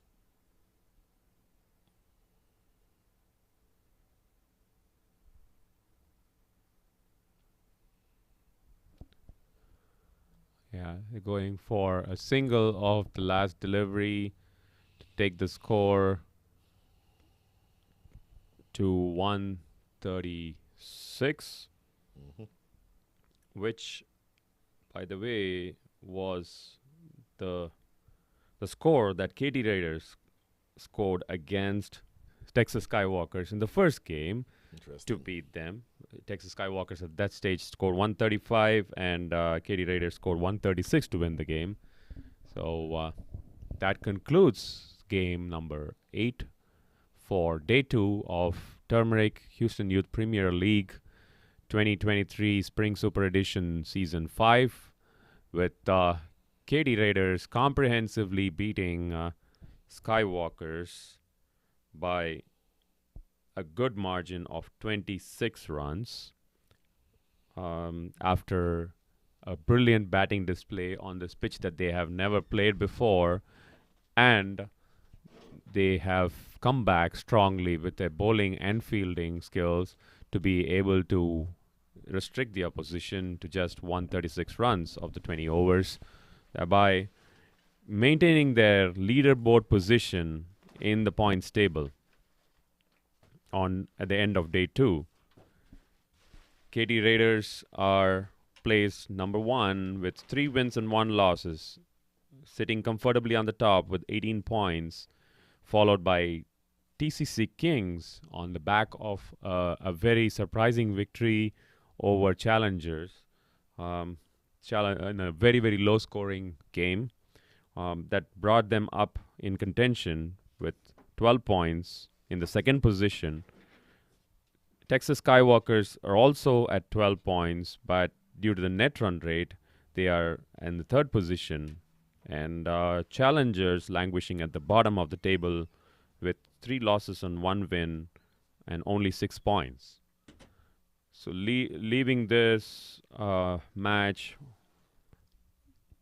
open for the second spot in for the final that will be decided on day 3, which will be played next Saturday.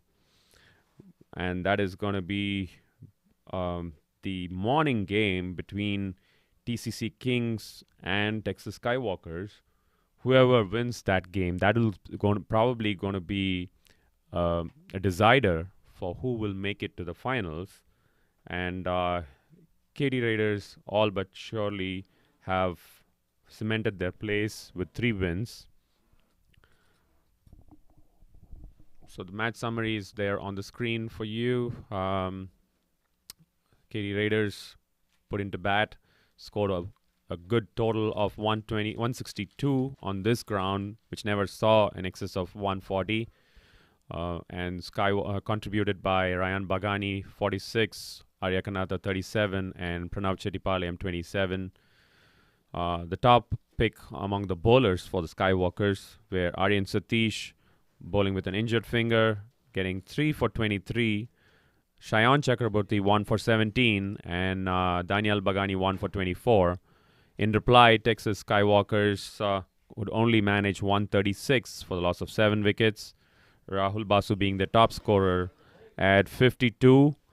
Arjun Mahesh 26, and Aryan Satish a well-made 24 of 19. Darshan Haribabu, their top bowler, getting 3 wickets for 22 in his 4 overs, including on a hat-trick. Shiv Sani getting the all-important breakthrough, helping himself with 3 wickets for 31 in his 4 overs.